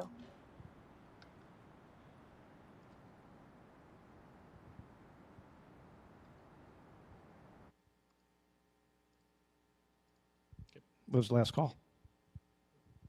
Thank you very much, Deputy City Manager Chamberlain. I appreciate you managing that. Next on our agenda is the consent agenda, G. Manager Ritzma. The following items are presented for approval. First is the approval of the renewal of a cooperative contract with Salesforce for 311 customer relationship management software licenses in the amount of $187,294.88. Next is the approval of a contract extension with Student Haulers for the removal and disposal of trash, nuisances, and garbage collected pursuant to the enforcement of various city ordinances in the amount of $250,000. Next is the adoption of a resolution establishing a branch of the city clerk's office on the campus of Western Michigan University in support of the elections on February 27 and November 5, 2024. Next is the adoption of a resolution setting a public hearing on March 4, 2024 regarding the Second Amendment to the Kalamazoo Downtown Economic Growth Authority Development Plan and Tax Increment Financing Plan. Next, the adoption of a resolution approving the 2024 to 2028 Parks and Recreation Master Plan. Next, the acceptance and approval of a grant amendment from the Michigan Economic Development Corporation Revitalization and Placemaking 1.0 Grant Program, increasing the award to $990,000. Next is the approval and acceptance of easement agreements with P&S Property Management, LLC, and 5380 International Drive, LLC, for water main installed as part of the Corporate Woods Parcel 3 development in Texas Township. And next, the approval of the following appointments to boards, commissions, and committees. The appointment of Clyde Robinson to the Board of Review for Assessments for a term expiring on January 31, 2027. The reappointment of James Lippincott to the Board of Review for Assessments for a term expiring on January 31, 2024. Including with this recommendation is a request to waive City Commission Rule 12E regarding term limits, and the reappointment of Richard Skulski to the Board of Review for Assessments for a term expiring on January 31, 2027. Included with this recommendation is a request to waive City Commission Rule 12E regarding term limits, and the appointment of Allison Hahn to the Zoning Board of Appeals for a term expiring on March 31, 2026. And finally, the appointment of Alan Sylvester to the Zoning Board of Appeals as an alternate member number 1 for a term expiring on March 31, 2025. Thank you, Manager Ritzma. Commissioners, the requested action is a motion to approve items 2 and 4 through 10 and authorize the city manager to sign all related documents on behalf of the city. Is there a motion? So moved. Commissioner Hoffman made the motion. Support. Supported by Vice Mayor Hess. Clerk Borland, please call the roll. Commissioner Decker. Yes, but I'm wondering if we can also update item 10 for the appointment of Allison Hahn and Alan Sylvester within the minutes. The other nominations included the race of the individuals. I believe if we're going to stay consistent, that we should also put the ethnicity and the race within the ones for the Zoning Board of Appeals. It was also in the CDAC, although that one has been removed as he is now a city employee. And yes. Commissioner Hoffman. Yes. Commissioner Pradel. Yes. Commissioner Wilson. Yes. Vice Mayor Hess. Yes. Mayor Anderson. Yes. Commissioner Cooney. Yes. Thank you, Commissioners. The items on the consent agenda are approved. Next is item H1 on the regular agenda. Manager Ritzma. The adoption of a resolution approving and adopting the annual appropriation for the year 2024, setting forth the number of mills to be levied, approving an interim appropriation for the year 2025, and establishing policies for the administration of the budget. Thank you, Manager Ritzma. Thank you, Mayor. And our CFO, Steve Asensi, is going to come forward, and he's available. He'll give a brief introduction to all of this, and then he's available for questions and discussion. Welcome, Steve Asensi. Good evening, Mayor, Vice Mayor, Commissioners. Just a brief introduction to the budget. We've had public input available for this budget since last February when you met at your City Commission retreat that set the priorities forward for the 2024 budget. In October, we presented a draft at a Committee of the Whole meeting. December 1st, we had the budget posted on the city's website and available for public viewing. And then on December 11th, we had our budget work session and followed up by our public hearing on January 2nd. And then we have tonight as well. This budget includes a total of over $288 million across all funds, with a total for the general fund of $81.8 million, setting forth the mills for the general operations at 12 mills and 1.8 mills for solid waste. And I'll kind of just leave that there for my summary. And if there's any questions or comments, I'm happy to answer. Thank you, Steve. Questions, commissioners? Commissioner Cooney. I don't think Steve can answer this, but could you go over with us exactly what the project is at Arcadia? I can answer a bit of that. That is a redevelopment of the site on Arcadia Festival Place. We have $1.6 million in the budget from ARPA funds that will leverage another $2.2 million in grant funds, with potential future grants also coming. It will be, just kind of quick summary here. It's a proposed redesign that reduces the overall size of the park by nearly half of the approximate 2 acres that it currently is, which would allow for a full activation of the area and leave space on the northern half of the park to potentially have a mixed-use residential building section. Thank you, Steve. I'm very moved by the presentations tonight. I wish I had picked this up earlier, but it's going to be hard for me to vote for this tonight. I'm willing to vote for the budget, but I'm not willing to vote for this money for Arcadia right now. I need to think about that. Please, this is a business meeting, so I need to it's think fair. this thing through. We have to do more for the homeless. When it's cold and people don't have a place to go, I'm sure we got an email today from a guy named Vince Callow. He is an expert on the homeless. That's what he's done with his professional life. And he made some suggestions about what we could be doing. He mentioned 3 things. One was prioritizing affordable housing, and I think we're doing that. The second was that to develop a municipal, non-religious based center for people that are unsheltered. And the third was create a municipal place when the temperature goes below 20 degrees that people could go at night. And those things make a lot of sense to me. And so I'm not going to vote tonight for the Arcadia Festival until we look at what we can do with the homeless and try to think this thing through a little bit better. I'm going to vote for the budget, but I will not vote for that. Thank you, Commissioner Cooney. Other comments or questions? Commissioner Decker and then Commissioner Hoffman. Thank you, Mayor. Commissioner Cooney, I too was moved, and just to hear, we all know that there were cold temperatures here. And, when I'd first asked some questions regarding the funds for the Arcadia Creek Festival site, I thought that's a way, again, to get our community back out and doing things that they like to do also. But then I'm also thinking of, this is a lot of money to put into a park.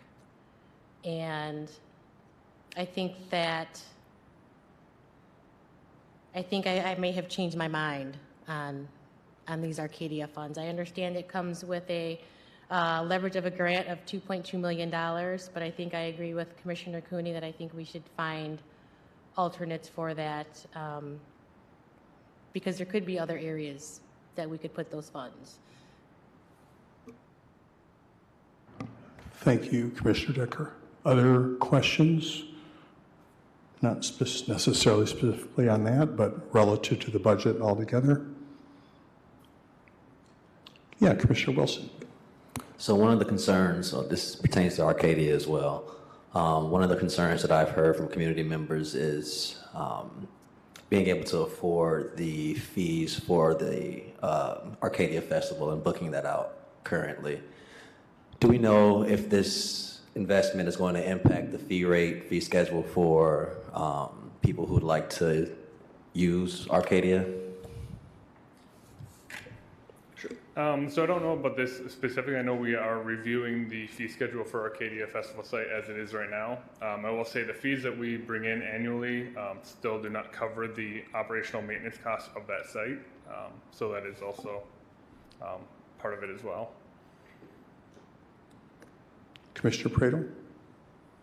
Steve, again, this might not be the best question posed for you, but is there someone here that can kind of share just share with communities the process that we've gone through to get to this point to fund Arcadia Festival site? You know, what the rationale was, what the hope and aspiration is for the site, that sort of thing. I can do my best. You know, Assistant City Manager Kick kind of been leading this project, and I'm trying to fill in for her tonight. So she's really versed in all of this, but this came directly out of a downtown study that we did with Notre Dame as a site that could use significant funds for activation and how it would drive additional economic activity in the downtown area, which is what Arcadia Festival site was originally meant to do. So this has been ongoing for, I would say, a number of months. I know going back to that study was done over the summer. So I know it's been quite a process to get to this point. Would you mind also just sharing for community, there's some concerns about how ARPA dollars are being used for this purpose. Can you share a little bit about where city staff is deriving the ability to use COVID or ARPA funds for Arcadia Festival site purposes? Absolutely. The city, we do have an external consultant at Metrics that reviews all of our ARPA projects that we put forward to confirm eligibility, allowability. This really fits within when you look at the full federal registrar related to the state and local ARPA funds, that it falls under investments in communities to promote improved health outcomes and public safety, such as parks, recreation facilities, and also in another section that references capital outlay related to economic activity, which this site was meant to drive. Mm-hmm. And then lastly, would you mind, and I'm just asking these questions, we had a chance to get some of this in a previous email update, but could you just share a little bit about, in terms of like what, out of the $38 million of ARPA funding, what amount of that has been allocated to housing so far in the community, and then what other purposes are either budgeted this year or other funds like CDBG that are being used for housing purposes in this budget? Absolutely. In the ARPA budget, we budgeted over $10 million on housing and housing-related activities. There's a whole list in our ARPA page, which I have somewhere here. And then just kind of summarizing our budget as a whole, since 2020, just kind of quick highlight, we have our HUD, home, and CDBG grants that come to the city. The actual expenditures on those have totaled over $9.8 million, which a majority of that would be housing-related programs. $10 million I just referenced in ARPA, and another $6.5 million through FFE grants to the city that have been towards housing projects as well. So all told, in terms of housing allocations for ARPA, the $38.8 or $9 million that we had, about 25% so far, including this budget, would be about $10 million or so. Correct. For housing. Okay. All right. Thank you. Commissioner Hoffman. Thank you, Mayor. This is not a question. What I would like to say in reference to the last question and answers, we've invested a lot of money in housing. However, we have not invested enough in supporting and creating new solutions for our unhoused residents. And so when I think about, we're going to be doing a point in time count tomorrow where volunteers will be going to the encampments and to the streets and under the bridges to count and see who is actually out there. I too cannot, my conscience will not allow me to vote for this 1.6 when we have people literally sleeping. We didn't even have a ceremony because it was too cold, and yet people were sleeping in that. That makes no sense. That makes no human sense to me. And we want to, for economic development and economic growth. Well, if we have people dying on the streets, how is that going to affect our economic growth and development? So I would like to see this pulled from this budget at this time. Thank you, Commissioner Hoffman. Any other questions on the budget? Commissioner Cooney? Yeah, I want to apologize to the city manager and to the mayor and my colleagues for not picking this up earlier. I mean, I think we have to start looking at where we're spending our resources and what we're doing when we look at the needs of the city and the people that are hurting in this city. I should have picked this up earlier. I think we have to take a stronger look at where we're using our funds in the city. Commissioner Prater? Again, Steve, I apologize. This question isn't appropriate. I'm just trying to understand this a little bit better. So for the Arcadia Creek Festival site, we heard a number of people tonight talk about how it's going to be gated off or inaccessible by community. You know, one of the things tonight in our consent agenda, we approved a 5-year master plan for our park system. And I'm a huge advocate for parks. I love these public spaces that make our community a vibrant place, a healthy place for our community to get out of our houses and you know, make this a great community. For this Arcadia Festival site, is it going to be just, you know, on a general day or a general open Monday or Tuesday? Can somebody access this as a public space in downtown Kalamazoo after the renovations are made? I guess I don't have the direct answer for that. I guess the response I would come back to that is these plans are still preliminary and would still have to come back to commission for approval. So there's always chances to amend and change that as we would if we were to move forward.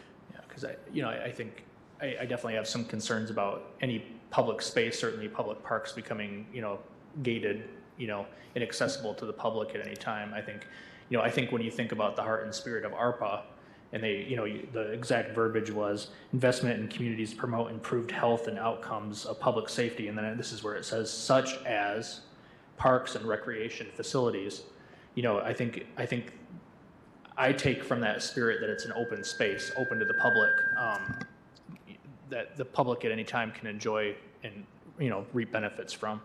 And so I would just be kind of curious to understand that a little bit more, or at the very least, if it were to pass, assuring that it, you know, when it, obviously, even when Bronson Park, if there's an event that's rented out, it's for that purpose, but generally speaking, being a public space for the public.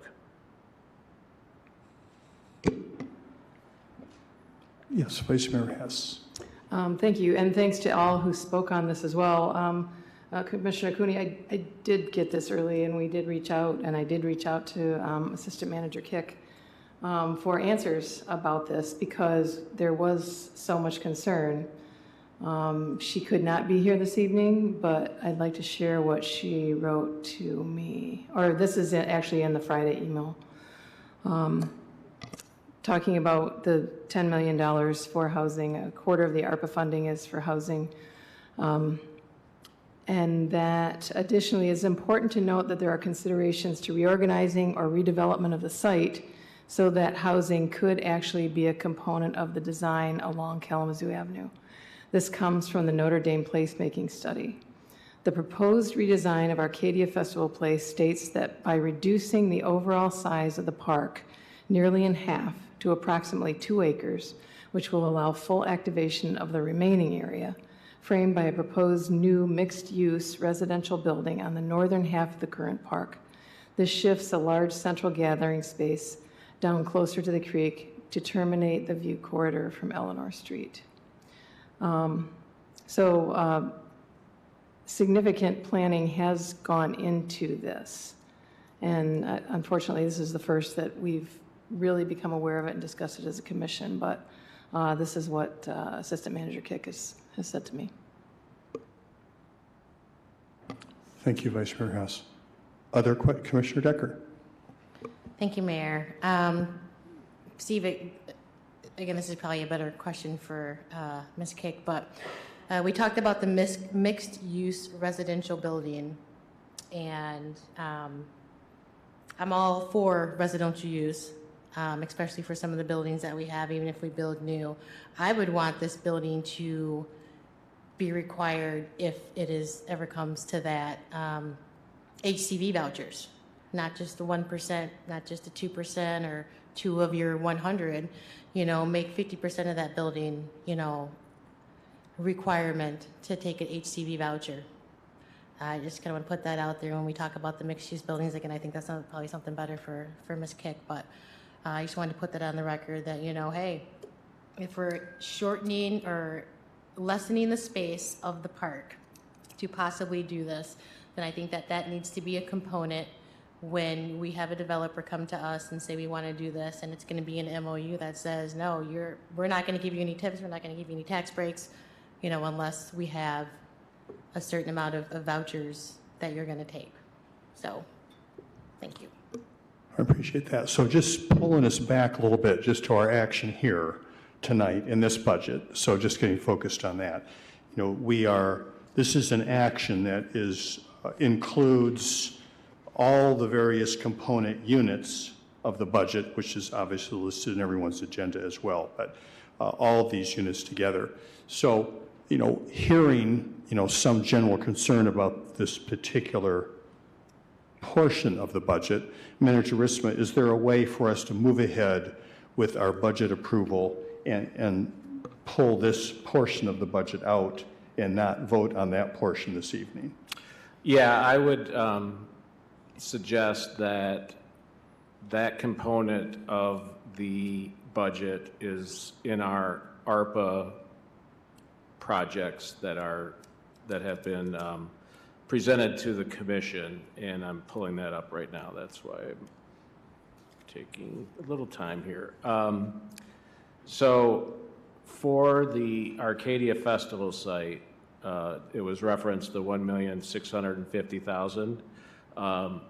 We could take that amount and remove it from the list that's recommended, and that could be part of the motion for further consideration. And I would suggest, when Assistant City Manager Kick is able to be here to present, just to get a further understanding of what this is about.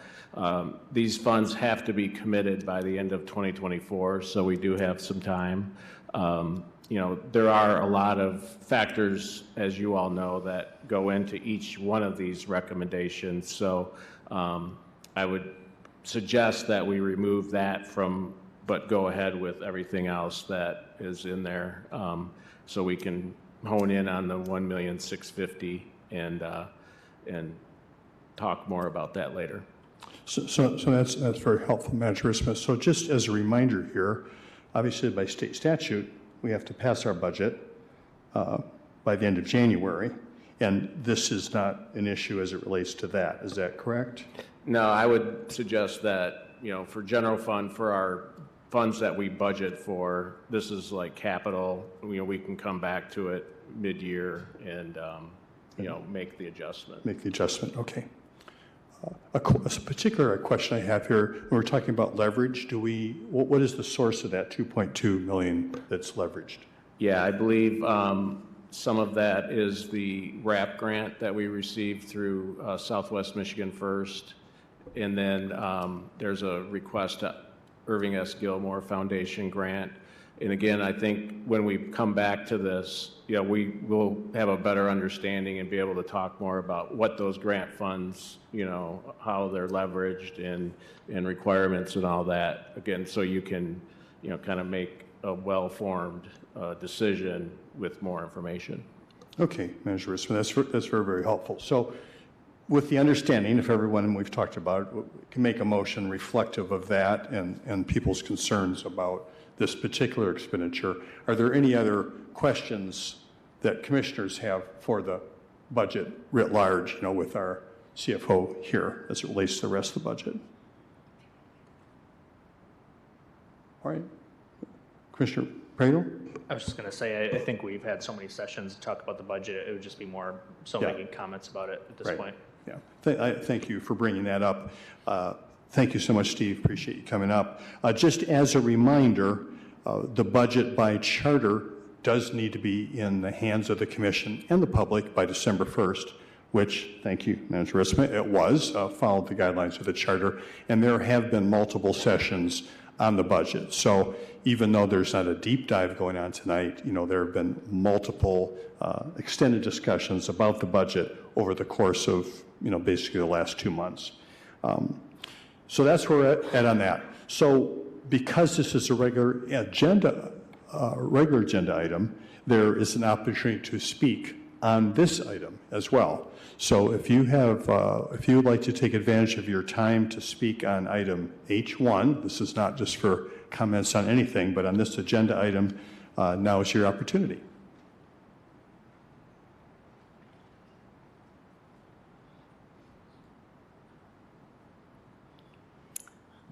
I answer the phone every week for St. Vincent de Paul. People call me and talk to me about their evictions and their power shutoffs and their water shutoffs and why they can't get ahead. And we do very thorough evaluations of what these people tell us. And there's still a lot of COVID-related need out there. Thank you. As well Anyone as the else? I'm sorry. unhoused, that's all. Thank you. Is there anyone else wanting to speak to this item on the budget? Good evening. I'm Toby Hannah Davies. I do live in the city, and I'm from Isaac Housing Task Force, and I want to thank you very much for pulling this ARPA funds part of the budget from your vote tonight. I'm going to send you all a video that I just saw recently about how the nation of Finland has ended all homelessness by adopting an idea they got from the United States called Housing First and really putting their priorities on that.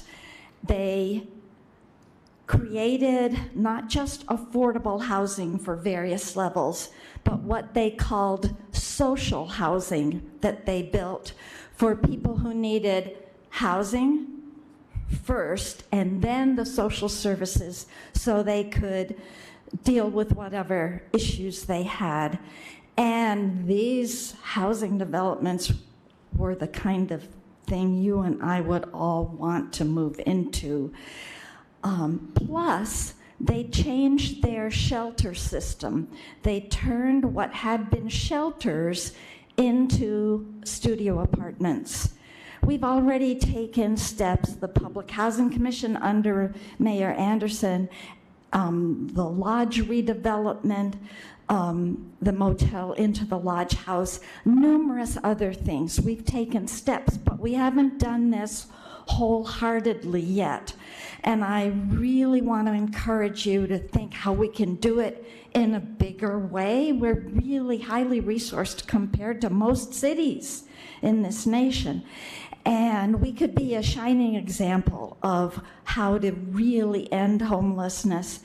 And this idea of what Finland called social housing in a bigger way would really help us. And I appreciate what you said, Commissioner Decker, of if the new building at the northern end of the Arcadia site were really for people who need the housing, who are sleeping outside now, that would be a whole different use of the ARPA funds than just rehabbing the festival site.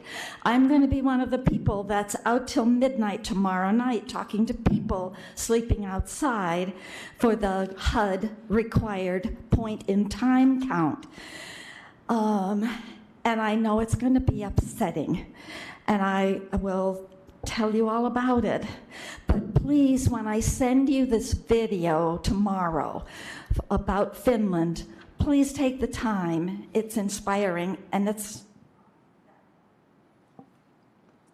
Thank you.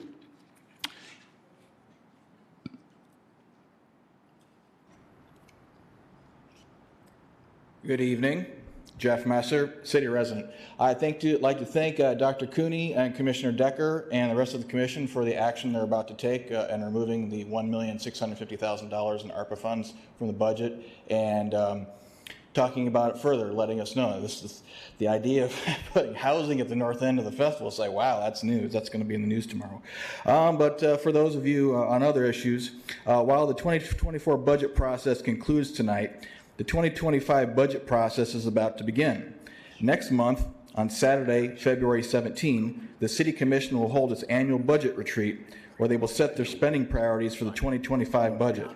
This retreat is open to the public and will include a public comment opportunity at the beginning of the meeting where you can attempt to sway the Commission's budget priorities.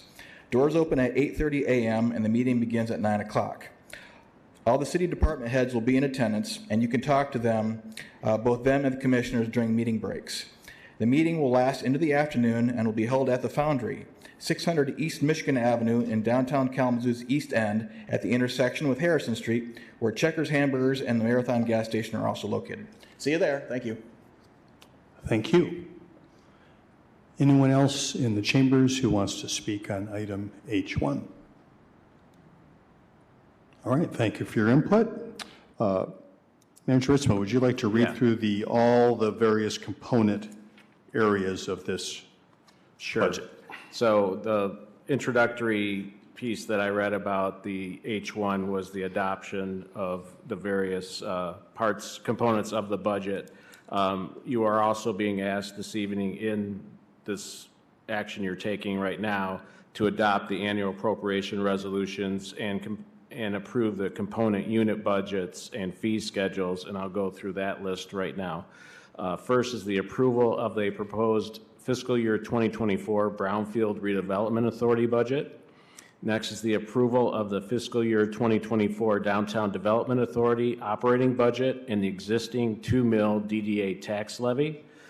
Next is the approval of the fiscal year 2024 Downtown Economic Growth Authority operating budget. Next is the approval of the proposed fiscal year 2024 Economic Development Corporation budget as submitted by the EDC Board. Next is the approval of the fiscal year 2024 Northside Cultural Business District Authority operating budget. Next is the approval of the proposed 2024 fee schedule for the Kalamazoo Municipal Golf Association. Next is the adoption of a resolution approving the 2024 fees for various permits, hearings, etc., within the Community Planning and Economic Development Department. Next is the adoption of a resolution to establish the Department of Parks and Recreation's fees and charges for 2024. And finally, adoption of a resolution to establish the City of Kalamazoo cemetery fees and charges for 2024. Thank you very much, Manager Ritzman. So at this point, here's what I'm looking for. Commissioners, the recommended action is a motion to adopt the annual appropriation resolution and approve the component unit budgets and fee schedules absent the $1.65 million in ARPA funds allocated for the Arcadia Festival Place site. Is there a motion? Is that acceptable, Attorney Leo? Yes, it is, Mayor. All right, thank you. Is there a motion? So moved. Motion made by Commissioner Hoffman, supported by Commissioner Cooney. Any further discussion, Commissioners? Commissioner Pradel. Mayor, thanks for the chance to share this. We've heard quite a bit from city staff. We've had a chance to ask quite a few questions. We've had retreats leading up to this point, and obviously no document is perfect.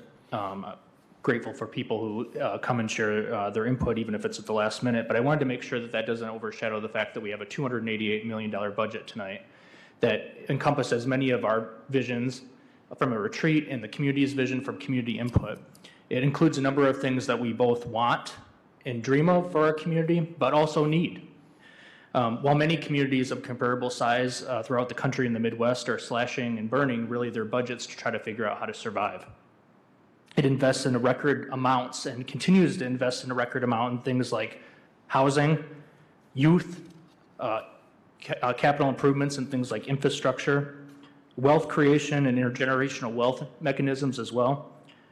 And it also includes things in safety, like things like gun violence intervention strategies as well. You even notice that tonight in the budget includes matching dollars with Kalamazoo County to take an innovative approach to try to erase medical debt for people. When we talk about creating intergenerational wealth and wealth for people, that's a prime example right there of where we've been able to accomplish that. I'm proud that it also does work to truly improve quality of life in our community. A good example is investing in another record number of our parks, a record number of more sidewalks and trees in our urban canopy. It even takes into account things like risk mitigation, things like what we're doing with our IT team for IT security. and technology improvements that we need to make to remain a competitive community. So while it is not a perfect document, I don't want that to overshadow the fact that there are a number of very exciting things that we as a community have to look forward to. And it's exciting to think about when you think that this is just 1 year. You know, I've heard a number of people say this when you look at what we're investing from Foundation for Excellence and from ARPA dollars and other areas. Can you imagine what we'll have been able to accomplish together 10, 15, 20 years down the road when incrementally every year we take on more and more and grow what we're able to accomplish. So I want to thank the city staff team for all your work to getting us to this point.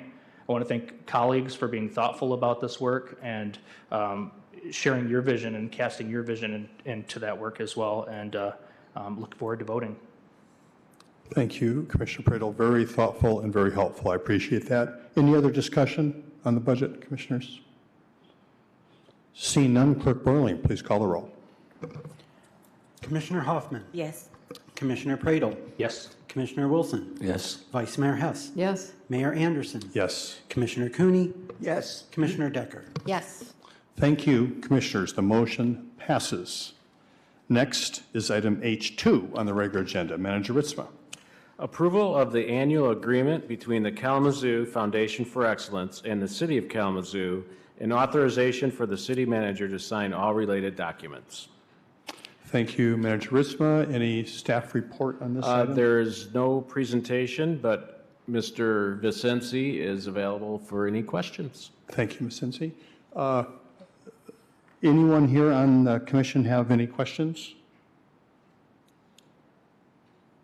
Give you a moment. Maybe No? I can just go ahead, kick Manager this Ritzma. off in a general summary. So as everyone remembers, the Foundation for Excellence provides funding to the city for I call backfilling property taxes between lowering the millage to 12 mills from what it originally was, budget stabilization dollars that are inflation adjusted, and aspirational dollars that go towards fulfilling our goals and that are outlined in Imagine Kalamazoo 2025. And what this agreement does is really set that out for this coming fiscal year. It's pretty much a standard way of how we get that grant. Right. Thank you. Everyone else set with that? Any questions? All right. Commissioner Pradel. I just had one question. When I was looking at the packet, it was just an item I was hoping to ask, and I apologize I didn't get a chance to ask this before tonight. There's an item, it's on page 212 of our packet, and on the fiscal impact, talks about the $15 million for tax reduction, $4.7 million for budget stabilization. But in between there, it says $384,000 for 2023 tax reduction reconciliation payment. Can you speak a little bit about what that is? I can't, but Mr. Vicenzi, I'm sure can. Welcome back. So just to kind of explain a little bit about the reconciliation payment, every year the FFE is providing us a reduction in our taxes kind of in real time. And so we're doing projections September, October for that fiscal year end. So there's always a little bit of a difference, positive or negative, of what we projected the final taxable value to be compared to what it was on the subsequent July tax bill. And so that's really, it's just kind of a system we've set up that, you know, adjusting in real time could potentially harm the city's budget. Adjusting the next year allows us that time to either adjust for an increased payment like this year, or if that reconciliation would be a decrease from what we projected, then we would more easily be able to make that adjustment. Okay, and just to clarify for community as well, the next part is that basically $1.8 million, it describes it as aspirational projects from current remaining city grant. And then the next part is the $670,000 for aspirational grants from the FFE endowment. So describing that basically that first portion is from current grants we currently have in our possession. I'm sorry. Correct. So those are funds that were left over from projects that were completed that came in under budget. We carry them forward to be spent then in the following year, and that's what that portion of it is. And that $670,000 is new dollars from FFE. That would be coming directly from the endowment as needed. Yeah, this year. Yep. Great. Thank you. Good questions, Commissioner Pradel. Yes, Commissioner Cooney. So what is the total amount of money we have for aspirational projects this year? I'm doing quick math here. Sorry, I don't have my budget in front of me. Okay. 2.5 million. 2.5 million for aspirational projects. Okay, thank you. I think the aspirational projects that they're funding are great, especially the programs for kids. They're doing really good on that. Thank you, Commissioner Cooney. Any other questions on this particular item? All right, thank you. Is there anyone in the audience like to comment on this item? That's item H2. If so, please come to the podium, give us your name, whether you live in the city, and you'll have 3 minutes.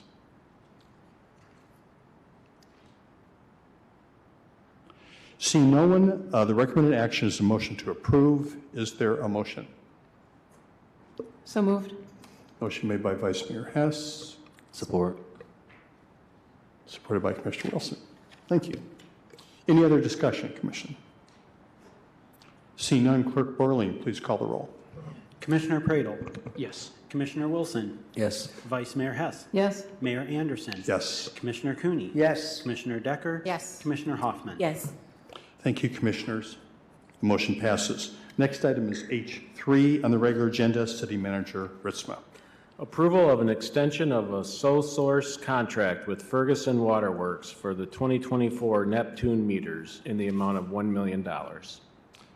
Thank you, Manager Ritzma. I see our Director Baker in the back of the room is moving. He is available for questions. There is not a presentation on this.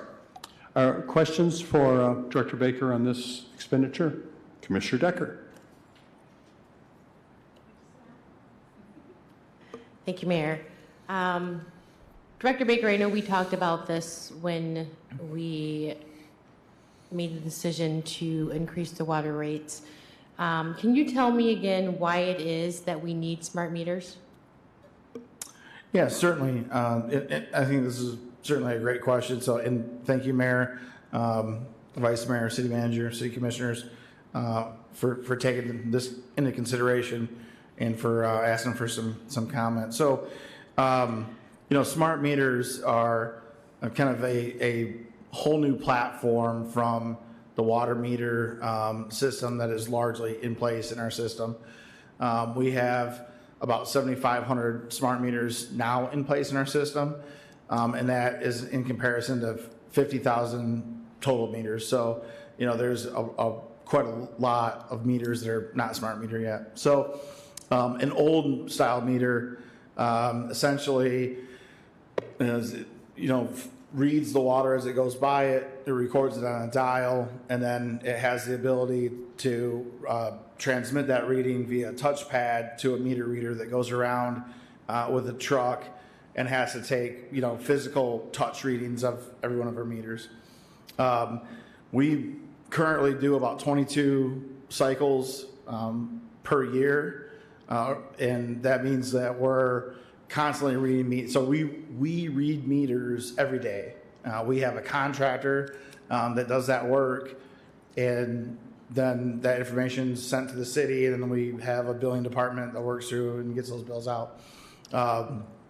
And the fastest we could do that work results in quarterly reads, quarterly bills. We recognize that when customers go 3 months of usage between bills, that can create some disconnect between what their usage is and the amount that they're paying for it. So they, could have some usage that's high, and they're not going to see that for 3 months, and then they're going to get a bill. Or they could have a leak, or they could have, some things that is different for them, and that's a long time between bills. So some of the advantage of the smart meter is that with the smart meter in place and the software programs in place, we can connect customers, essentially in real time to their usage, so that you could see if you're using more than you typically would have used, or you could see perhaps in real time that your usage is way up. We could send you a text or email alert that says, hey, your usage is up. Did you change something as a family, or is there a leak? So we also have the ability to do leak detection to detect a high volume increase, and look at that in terms of weather data and You might not be filling a pool in January, so maybe there is a leak, so that we can make those determinations. Kind of in summary, the smart meter is a very positive and beneficial way for both the utility and the customer to have real-time data and to be able to make better informed decisions with that data, from both the customer and the utility alike. So with, because I know we talked about, and we've heard a lot with individuals saying, can we get our billing monthly? Does smart meters help with us eventually transitioning to monthly metering? Correct. That's a great observation. And a great focus of ours is that currently, right now, we do not have the resources in place to support monthly billing. There are some commercial accounts that are on monthly billing, but that's a small sector of our overall utility. With the smart meters system in place, once we had enough of them, we would have to have significantly more than we have in place now, that we could then begin to transition folks over to a monthly. And then ultimately, as a system, if we were totally on smart meters, then yes, we would be at monthly billing. How many smart meters will you be able to replace with this? So this amount, this $1 million, covers, I don't have the exact numbers. It essentially would cover our smart meter installations for this year that are through attrition, CMOs, and new customer accounts. I would put an estimate in the 500 to 750 range. So it's not a big dent, but it's enough to get us one more year down the road. An estimate to do the entire system, so that take us from 7,500 in place now to the entire system, 50,000 meters, would be about $40 million. That $40 million is not currently reflected in our budget. So we're just kind of taking some small, albeit baby steps towards smart meter implementation. We are looking at kind of 3 programs, goals, and if you will, prioritized action to try to get more smart meters in the system. So you see this action in front of you tonight, the request for $1 million. That's going to keep us moving with CMOs. That's change meter out. It's not the gentleman that's over there, but that's a change meter out. Also, new customers. We're also looking in the future to prioritize lead service line replacement when we do lead service line replacement. So meters and lead together. That's going to be something that if we can get some additional dollars and buy some more meters, we would like to, starting in 2025 and with what meters are left perhaps in 2024, when we go into homes and we do that lead service line replacement, change that meter out at the same time. And that would optimize the number of times that we're in a home, and that would save and reduce costs. We're also, partnering with Western Michigan University. We have city crews that will be going through those meter locations. And then there was a city commission passed back in December a smart meter purchase that we had just for Richland Township and Richland Village. And we have in the plans a partnership with Gull Lake Sewer and Water Authority to work with them to get those smart meters installed in Richland Village and Richland Township, and that's some work to be coming in the future. So that's just a peek into some of the things that we're going to try to do to get more smart meters in the system, while still recognizing that we haven't taken that big leap to really be aggressive and to set kind of a date certain with this is when we're going to have all the smart meters in the system. That project, again, is about $40 million to do the full thing kind of all at once, if you will. Thank you. Can you clarify, so when you say new customer connections, is that new builds? Is that someone saying, hey, I'm moving to this house, come update my smart meter? So or update my water meter? A new customer is a new build. So that's a new house that goes in and that gets a new service and a new meter. A CMO is a existing customer, but we're putting a new meter on. So anytime we touch a meter now, it's a smart meter. We don't stock the old meters. They're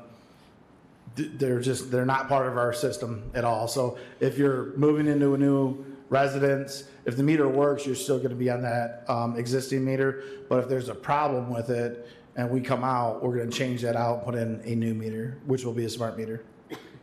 Okay, thank you. Thank you, Commissioner Decker. Other questions for Director Baker on this item? All right. Thank you, Director Baker. Appreciate it. Thank you. Is there anyone in the audience here in the chambers who'd like to comment on this item? It's item H3. See no one. The recommended action is a motion to approve. Is there a motion?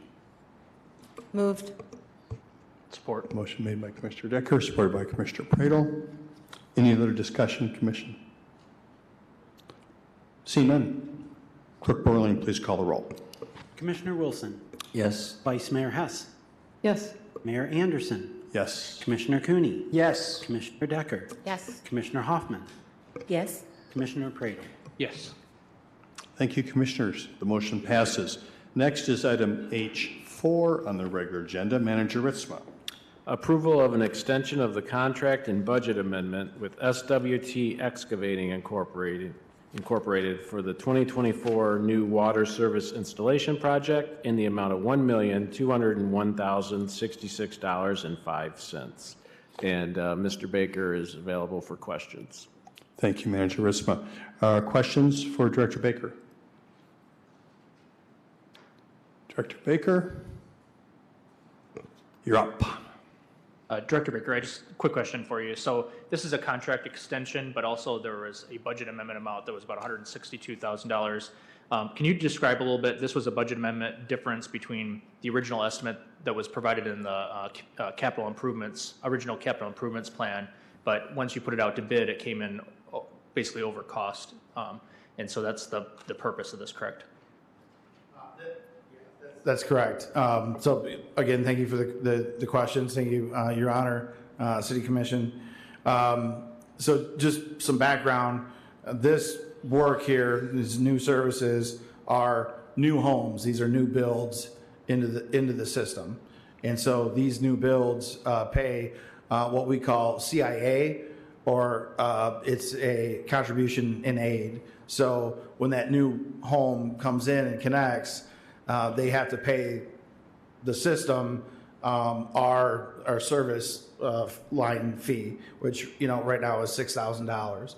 So it is in the budget. Everything's in the budget, but this is not cash or bond funded. This is we take an estimate and say, hey, we think there's going to be 500 new homes connecting into the system, and if we paid what we paid last year, this is what that line item will be. We get the bid tab, we open the bid tab up, we see that the prices are higher, and then we have to make the budget adjustment. So this is not funded by water rates. This is funded by new connections to the system, and folks have to pay for that, and they pay that in accordance with this bid. Got it. Thank you. Good question. Appreciate the answer. Other questions for Director Baker? Thank you, sir, once again. Thank you. Seeing no questions, is there anyone in the audience who'd like to comment on this item? It's item H4. Seeing no one, Commissioners, the recommended action is a motion to approve. Is there a motion? Motion made by Commissioner Cooney. Support. Supported by Commissioner Hoffman.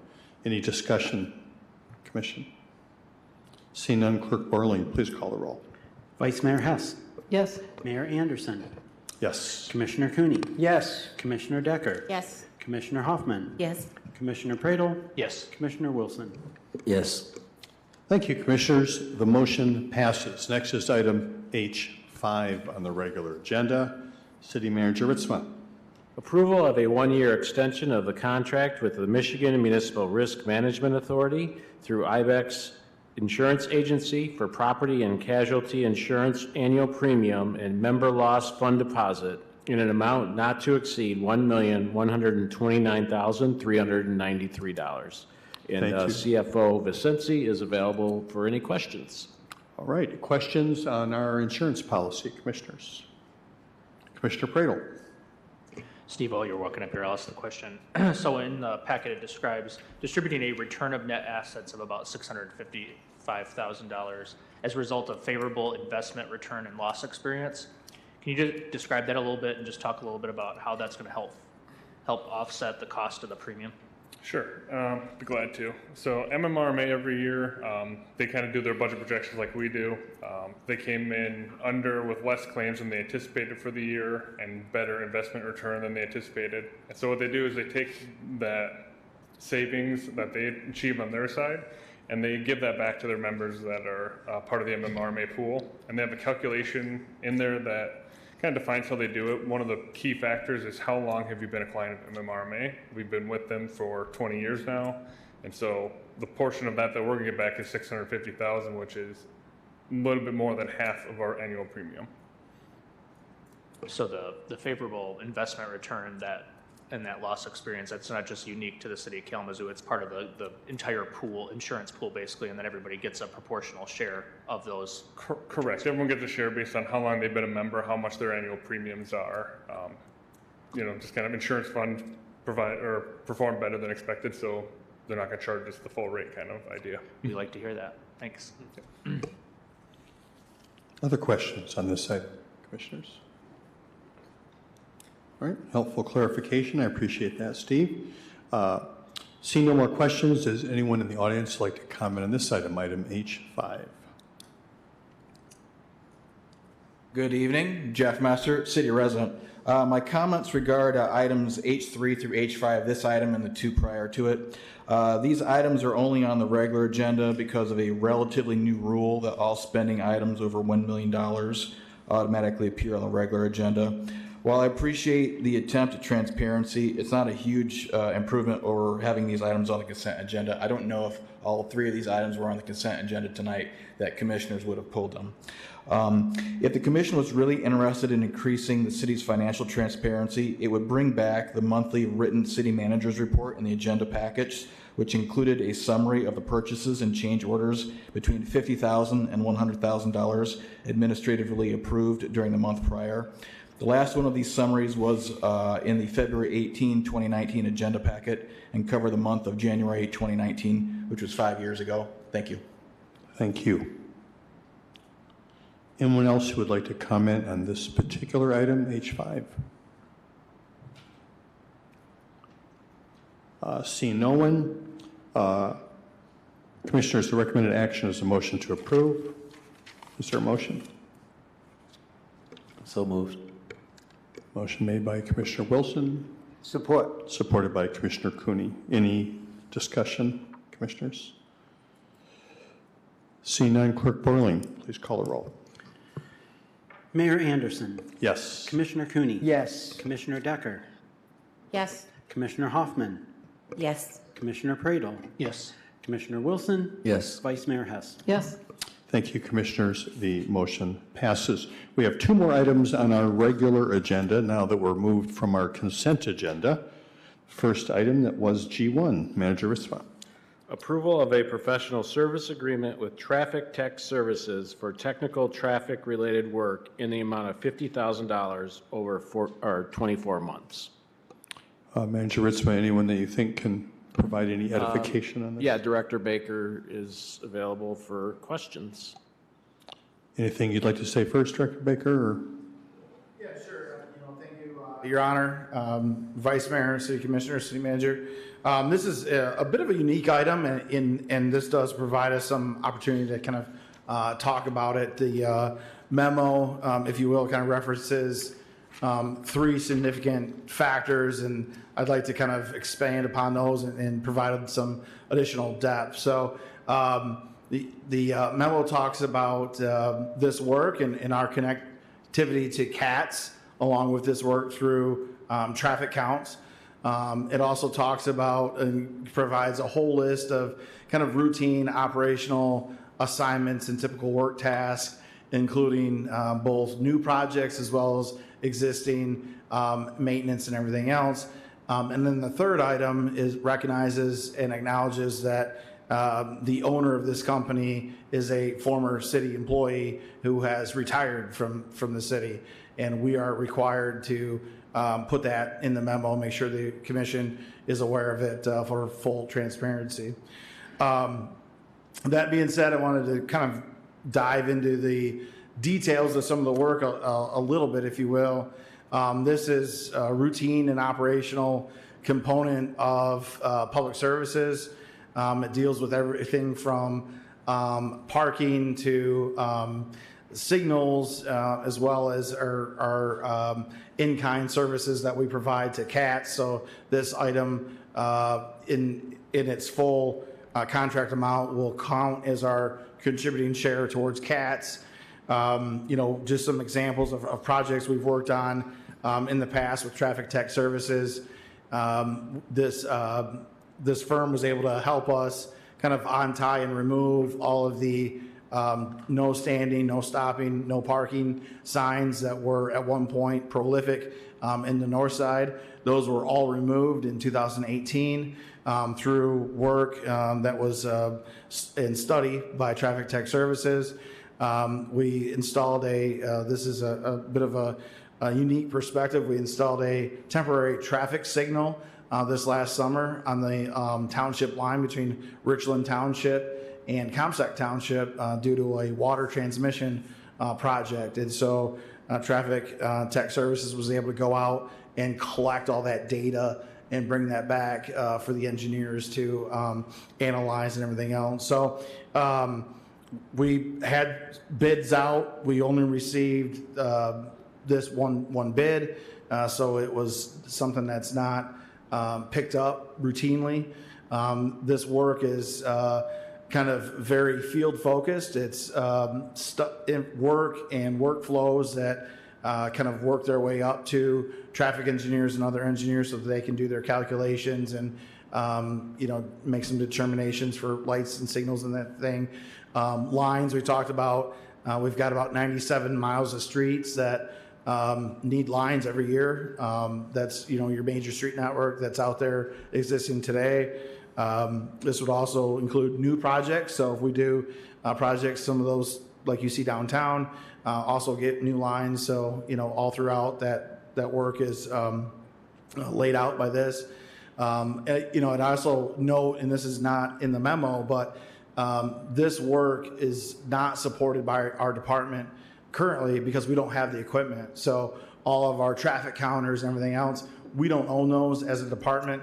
That's something that's kind of gone over the years to utilize an outside contractor. As a department, we've gone through significant downsizing over the years, and the ability to go out and do the traffic counts was one of those downsizing elements just because we didn't have the ability to maintain all the traffic counters. So that's something that's included in this contract as well. So I'll pause there and open the floor for any questions. Very detailed and helpful, Director Baker. Appreciate it. Commissioner Cooney. So, well, that's fine, but I'm not interested in putting any more money in the transportation department because I don't believe the transportation department is responding to the neighborhood, not responding to the people. I constantly get emails about problems with the streets. I bring them, nothing happens. I'll give you 3 examples. I'm sure everybody up here knows about this. There's a couple in their mid-70s, lives in a neighborhood. They wake up one day and there's no parking on either side of their street. So now, if they want to have people over their house, those people got to park 3 blocks away. They're older. That's been going on for months. Brought that up, nothing happened.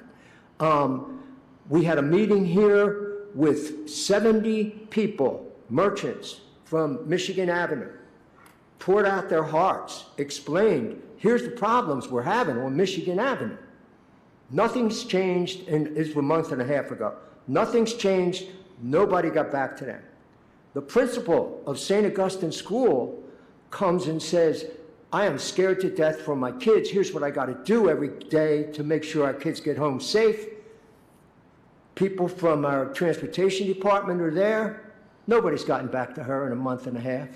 So until they start responding, I'm not going to vote for any more money into the transportation department. Thank you, Commissioner Cooney. Commissioner Decker. Thank you, Mayor. Commissioner Cooney, on your comments just then, I believe that we actually have a committee. It's called the Traffic Board Committee that's within the city of Kalamazoo.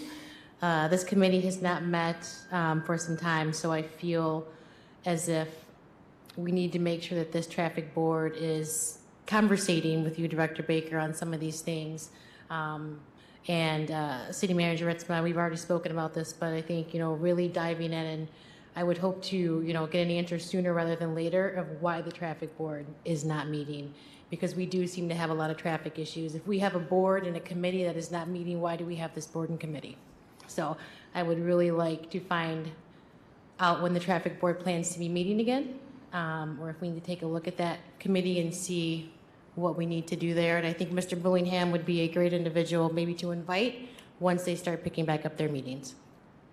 Thank you, Commissioner Decker. Other thoughts, questions for Director Baker here? I have a question. Director Baker, so in response to Commissioner Cooney's concerns about traffic, what does this particular item have to do with all of that? What, are these different things? If I may, Vice Mayor, certainly I recognize, and thank you, Commissioner Cooney, for lifting up the concerns on Chevy Chase, on Broadway, and on Michigan Ave. These are pilot projects. Some of them were initiated and implemented through neighborhood associations who we're continuing to talk to and interact with, and some of these are larger changes that are supportive of kind of the future two-way conversions. That being said, I'm not going to stand here in front of you and tell you that we're perfect and we don't make mistakes. I certainly recognize and acknowledge that. And, I also want to recognize and acknowledge that we had some pretty provocative plans for Winchell Avenue that through community interaction we put the pause on and did not implement those plans. So Winchell Avenue from Rambling to the west limit is a compromise, if you will. So it did not get finished and painted as originally planned. So I think there's solutions certainly out there. I think we're going to have a talk in public services about getting back out and solving some of these concerns and being responsive. That being said, these concerns are a much higher level than what the traffic technician would be involved in. That traffic tech services is just a day-to-day routine and operational component of our department. And that's not to the level of some of these changes that have been made that are more of a design aspect of it. That being said, as we implement projects such as these, that work is kind of done by all of us. So that traffic technician services would be involved in a project of that type. So I just want to be clear that from a decision-making standpoint, these projects are kind of high level, often involving a committee or a team, but the implementation would involve day-to-day staff and routine and operational services. Commissioner Cooney? So I want to make clear, I am for bike lanes. I like bike lanes, and we need them, and a lot of poor people can't buy cars, they need bike lanes. But that should be done strategically with the input of everybody concerned, the bikers and the people in the neighborhoods, and it all should fit into a strategic plan, and I don't believe we're doing that. So that's my concern. Input from everybody who is involved in the projects. Thank you, Commissioner Cooney. Other questions for Director Baker? All right, thank you, Commissioners. Thank you again, Director Baker. Thank you. It's helpful. All right, at this point, now is the opportunity for anyone in the chambers that would like to comment on this item to please come forward.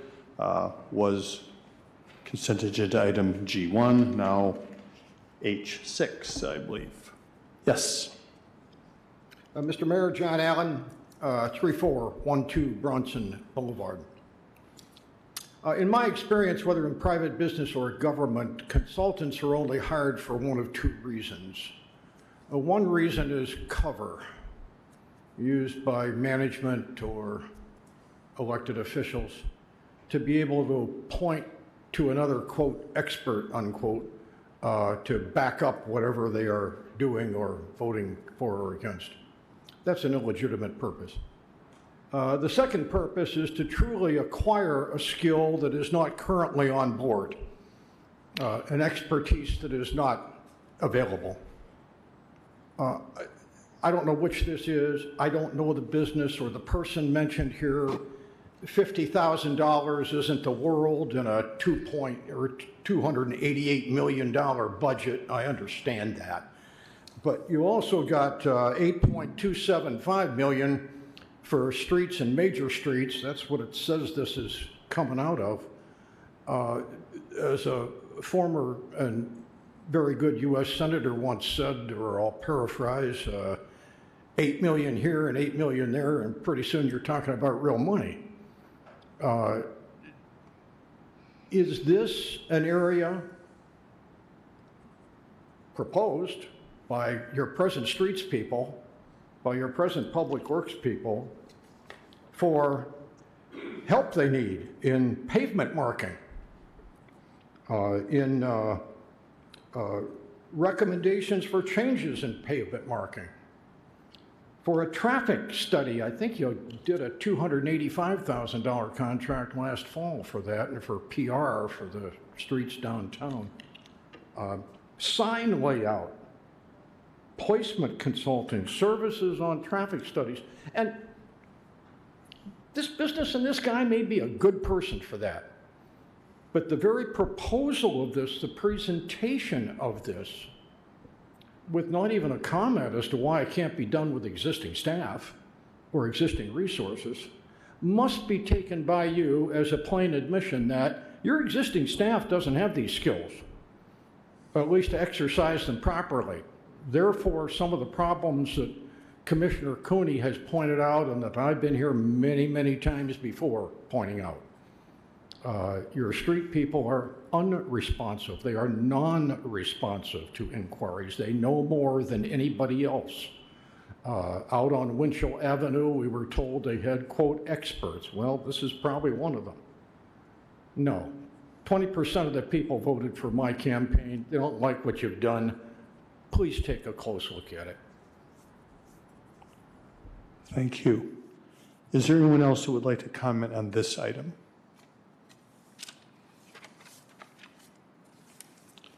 Seeing no other comments,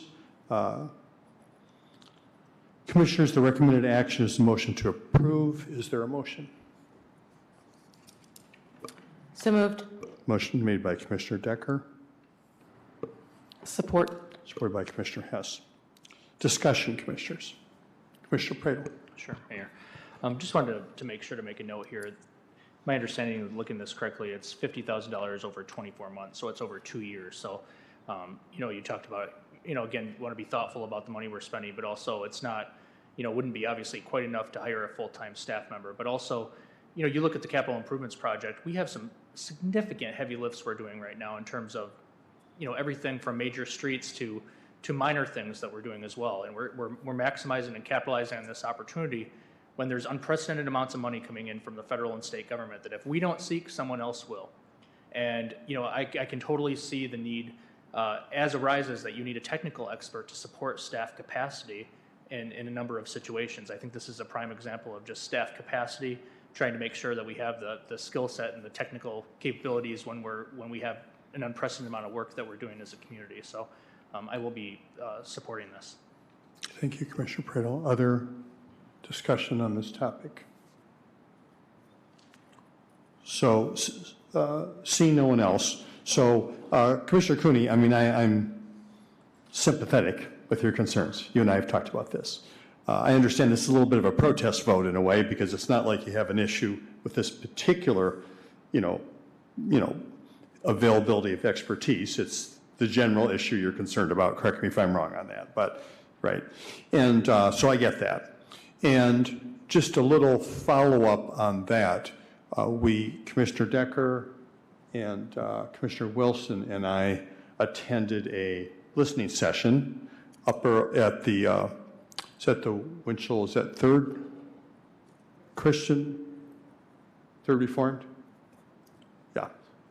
Anyway, which was very well attended. And that was that, a couple weeks ago now? About 2 weeks, yeah. And I think primarily what we did for an hour and a half was listen. And we asked first for, topics that people were interested in talking about. Number one topic, although there were several topics that people proposed, the number one was what's going on with the roads. And that's the only topic that was discussed. That filled up our whole time. I do think that people, everyone who wanted to speak on the topic, and it wasn't unanimous opinions about what's going on. There was some diversity of opinion, more supportive and less supportive of certain specific things. But I think everyone felt like they had the opportunity to speak their piece. And that was the important thing, is to get everyone the opportunity to do that. COO Lamb was there, who took copious notes in a manner that is, amazing to me, as multiple people are talking and you're trying to get, a good representation of what people think. And that occurred, and that has been pulled together. And we have a responsibility to respond to those things. And some of them were more general, and some of them were very, very specific. A particular intersection, or the installation of a particular kind of a traffic calming device. So, from my perspective, is that we need to respond to that, but we need to respond in a framework that we have a framework to incorporate all this kind of thinking going forward. And luckily, we have, a minute here where there's really no painting or nothing going on for the next couple months to give us a chance to do that and try to come back and be more thoughtful and more inclusive about how these kind of adjustments are made and how those decisions are made. Reflective on one hand, of course, of, expertise and kind of a sense of best practice from around the country, and also how do we apply that in our community, and what does that mean? And so I know that process is ongoing. I actually did have a short follow-up meeting with COO Lamb in our break between our two meetings, and we talked about this more, and I know she's very focused on that process. So I think that work is occurring, and I agree with you. There is nothing more frustrating than expressing a concern and then just radio silence, not hearing back at all. Even something as simple as, appreciate hearing it, we're thinking about it, and we're going to get back in touch with you. So, I think that is a space where we do need to make sure that, a better job is happening. But there's work happening on that. So all that said, I'm going to vote for this item, but, I am sympathetic to the concerns, and I'm very focused on working on that. Any other discussion on this?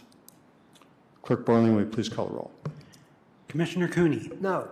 Commissioner Decker. Yes. Commissioner Hoffman. Yes. Commissioner Pradel. Yes. Commissioner Wilson. Yes. Vice Mayor Hess. Yes. Mayor Anderson. Yes, thank you, Commissioners. That motion passes. We have one more item on the regular agenda. It was formerly item G3, now H7 perhaps? Something like that. Manager Rispa. Okay, approval of a contract supplemental and change order with Moss Communications for a security camera system for the Epic Center parking ramp in the amount of $199,403.75. Thank you very much. Well, I know you didn't necessarily have a presentation, but you have good folks here who Yeah. can answer some questions or get started. Perhaps it would be easiest to take the public comment first, so we know what the issues. Okay, sounds Someone great. pulled this off the agenda. Okay, happy to do that. Is there anyone in the audience who would like to comment on this item? Please come forward. Standard procedure.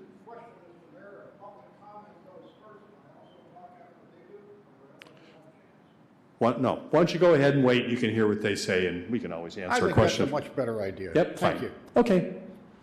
Gentlemen. Good evening, Mayor, Vice Mayor, Commissioners. Just to give some background Just on this introduce project- yourself if you would, please. Sorry. Tim Du Bois, Chief Information Officer, IT Director for the city. And I have Antonio Mitchell, Director of Community Planning, Economic Development, and Chief Boyson, Public Safety as well. Just to give a little background, this is related to a project that replaces and upgrades security cameras throughout the city at city-owned facilities and sites. So just an upgrade on technology for the cameras, as well as consolidating down to one management platform and system to manage the security cameras. Throughout 2023, and particularly in the second half, there was a increase in concerns for safety in the Epic ramp. And so it was decided to add the Epic ramp cameras to this project. And that's what this request is for, simply the equipment, the labor to install and connect to our system. Thank you. Chief, any comments?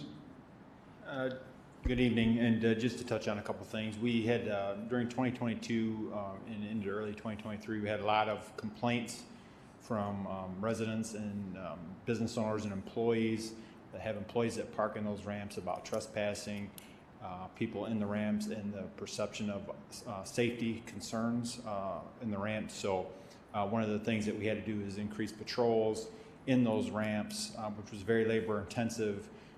We had to walk all the floors and the stairwells to make sure that there weren't people trespassing in the ramps. This will make us a lot more efficient with a camera system, so we can identify a problem and address that problem instead of walking each floor of the ramp. And again, the cost is due to the fact that it's a concrete reinforced structure, that we couldn't just use Wi-Fi cameras that had run cabling and wiring, and so it was a much larger project than we initially anticipated. Thank you, Chief. Yep. Director Mitchell. Just that this is part of the futures system that will be connected so that, as we talked about before, will assist police with better access to areas that they don't have to leave their cars unless necessary, that they can check from the car or even check from public safety building or any other location as well. Helpful. Questions, commissioners? All right, thank you so much. Now is an opportunity for public comments on this item. John Allen, 3412 Bronson Boulevard. Why use a safety camera in a parking ramp? Well, it will aid law enforcement, particularly if there's an accident. It might aid you and your people in course of civil liability. It might operate as deterrence to a wrongdoer. People don't like to do bad things when someone's watching them, and the camera never blinks.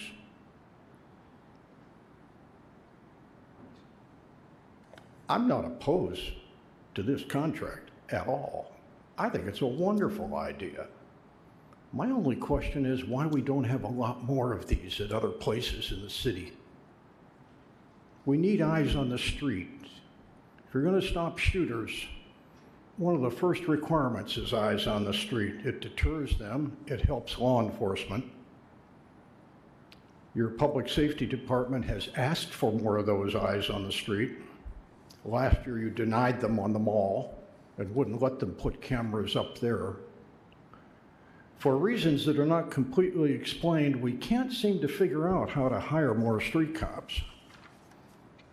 Although the head count's awfully difficult to discern because the website's pretty non-transparent, we're still short, I'm sure. I don't know how many. I think last year it was 30, sometimes it was 40, might have been as much as 50. You don't have that many trained officers out on the street, and you can't seem to persuade that many trained and experienced officers to come to work here. Battle Creek hired 17 last year. Somehow they figured it out. I don't think it's money, by the way. My dad was a cop. They don't work for the money, and they don't work for the medals. They work to protect and serve, but they need an administration that is behind them, that is pro-police on what they do. And if you aren't that way, then good cops won't come to work here. It's just that easy. So we can't get the cops. Let's at least put up the cameras. I do think, what is it, $4,300 a piece? That's a little pricey in terms of what the market looks like, but I couldn't see the details of the contract. Maybe there's more to it there. But I think in a bulk order, it would be a lot more. And where do you get the money? Take a pause on a lot of the streets projects. They could use a year off for some study, the studies that you funded by these other grants. Take a look at some of the designs that are being considered. Listen to some of the people that Commissioner Cooney is talking to, and take a pause on those. Spend that money on putting up some safety cameras. Start with the shots incidents address list. It's already there. You have to dig about 5 clicks into the website, but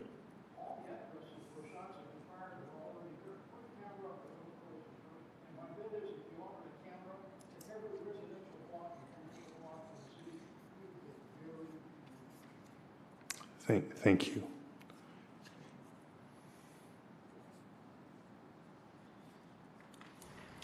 Good evening, Jeff Messer, city resident. With the City Commission's approval of this $200,000 contract with Moss Communications, the city administration will take another step forward in 2 of their long-standing goals. Another expansion of the live surveillance state, which has been ongoing since February 2019, which former disgraced public safety chief Thomas lied about in June 2019 when I asked the department to disclose their plans for surveillance, which have been ongoing since then. And then she was fired, and then the manager lied about that. So, and another volley in their war against the unhoused people, which has been ongoing since August 2018. Currently, there are 16 standard definition video cameras on the parking ramp, placed only at entrances to the facility. This project will upgrade these cameras to high-definition video and connect them to the Police Fuchsia's Real-Time Crime Center, where artificially intelligent analytics will do things such as read license plates and catalog times and locations, a database available globally to both authorized and unauthorized users. This will impact everyone who currently enjoys the 90-minute free parking spaces downtown. This spring, all 90-minute free parking spaces will be converted to paid metered parking, including all spaces on the Kalamazoo Mall. In exchange, those parkers will be offered 90 minutes free in the Epic Center parking ramp. An additional 27 high-definition surveillance cameras will be added to the ramp, covering each level of all 3 stairwells and portions of the parking levels outside the stairwells. These cameras are part of the city's war against unhoused people who sometimes seek shelter in stairwells. With these live surveillance cameras connected to the Police Fuchsia's Real-Time Crime Center, artificially intelligent analytics will alert police operators to any motion in the stairwells, which will result in prompt police response. Whether at Arcadia Creek Festival Place, the North Kalamazoo Mall, Bronson Park, or out in the woods, it is a position of the City of Kalamazoo that all unhoused people must use the services of the single monopoly provider in the county or be pushed outside of city limits. Thank you. Thank you. Is there anyone else who would like to comment on this item?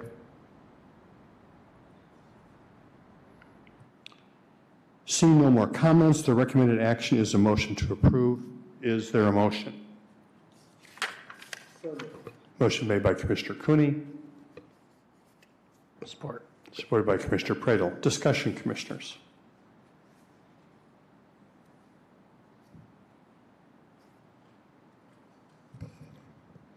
Commissioner Decker?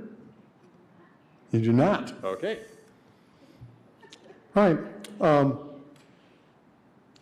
So I guess I'll just say a little bit about this, is that this is a I mean, it's a very challenging situation that we are in, and it would be fantastic to live in a world where, you know, we had no fear and people could always feel safe, and there were not challenging situations. And unfortunately, as it exists right now, that is not the world we live in. And we had an extremely unfortunate incident that just happened right after the beginning of the year, and which is right adjacent to a ramp that we're talking about. And it was a gut punch to me on an evening when you're, you know, looking forward to another year and thinking about the good things you want to participate in, and there's a loss of life there. Very, very difficult.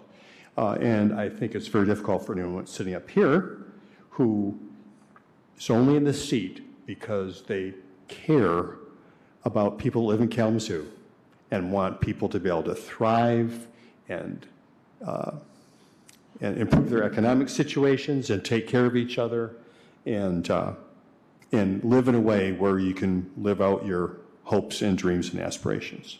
So here we are. So that particular tool being available, unfortunately, is something that helps in a situation like that, and identifying an individual who perhaps was involved in something that, you know, for whatever reason, you know, they ended up being involved in. I think this is something that public safety has asked for from us. It's actually relatively affordable compared to paying an officer or a couple officers.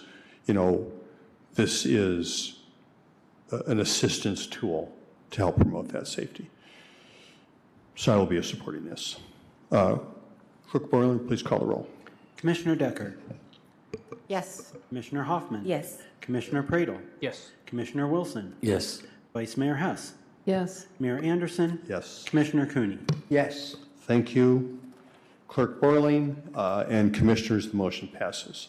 Next, we're done with our regular agenda items, right? So we're down to reports and legislation. I have no report this evening. Thank you, Manager Rispa. Let me see. So we do have a closed session tonight, just as a reminder for everybody. And Attorney Leal will be coming back into session after our closed session. No, we will not. There will be no formal action. No formal action in our closed session. So that means that we will go ahead and have our commissioner comments now and then adjourn the meeting, and then we'll go into closed session. Commissioners, somebody would like to make comments for this evening? Commissioner Decker. Thank you, Mayor. I just want to say, I know they're all gone now, but, you know, congratulations to all of our award winners of the Social Justice Award.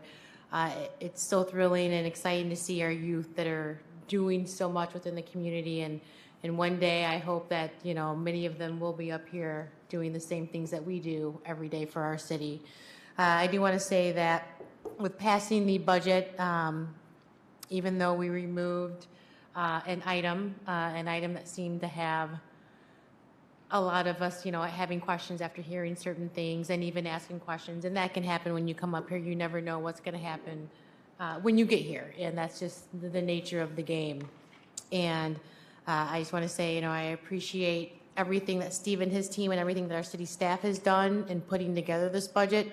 We just have a couple more questions and, you know, things that we just want to talk about regarding the Arcadia Creek festival site. But I do believe, as Commissioner Pradel said earlier, we've got a lot of big things that are happening within the city, within this budget, and it takes time for things to be seen and things to be completed. And I just, you know, I thank the community for everything that you guys are going through, again, with the streets and with, you know, just everything that is happening right now. I just want to thank the community for believing in us. We are definitely up here to make the right choices for our community as we're moving forward and we think about the individuals and the members that are here now, and also for the members and the youth, as we saw here today, that are coming up that also care about the city. Thank you, Commissioner Decker.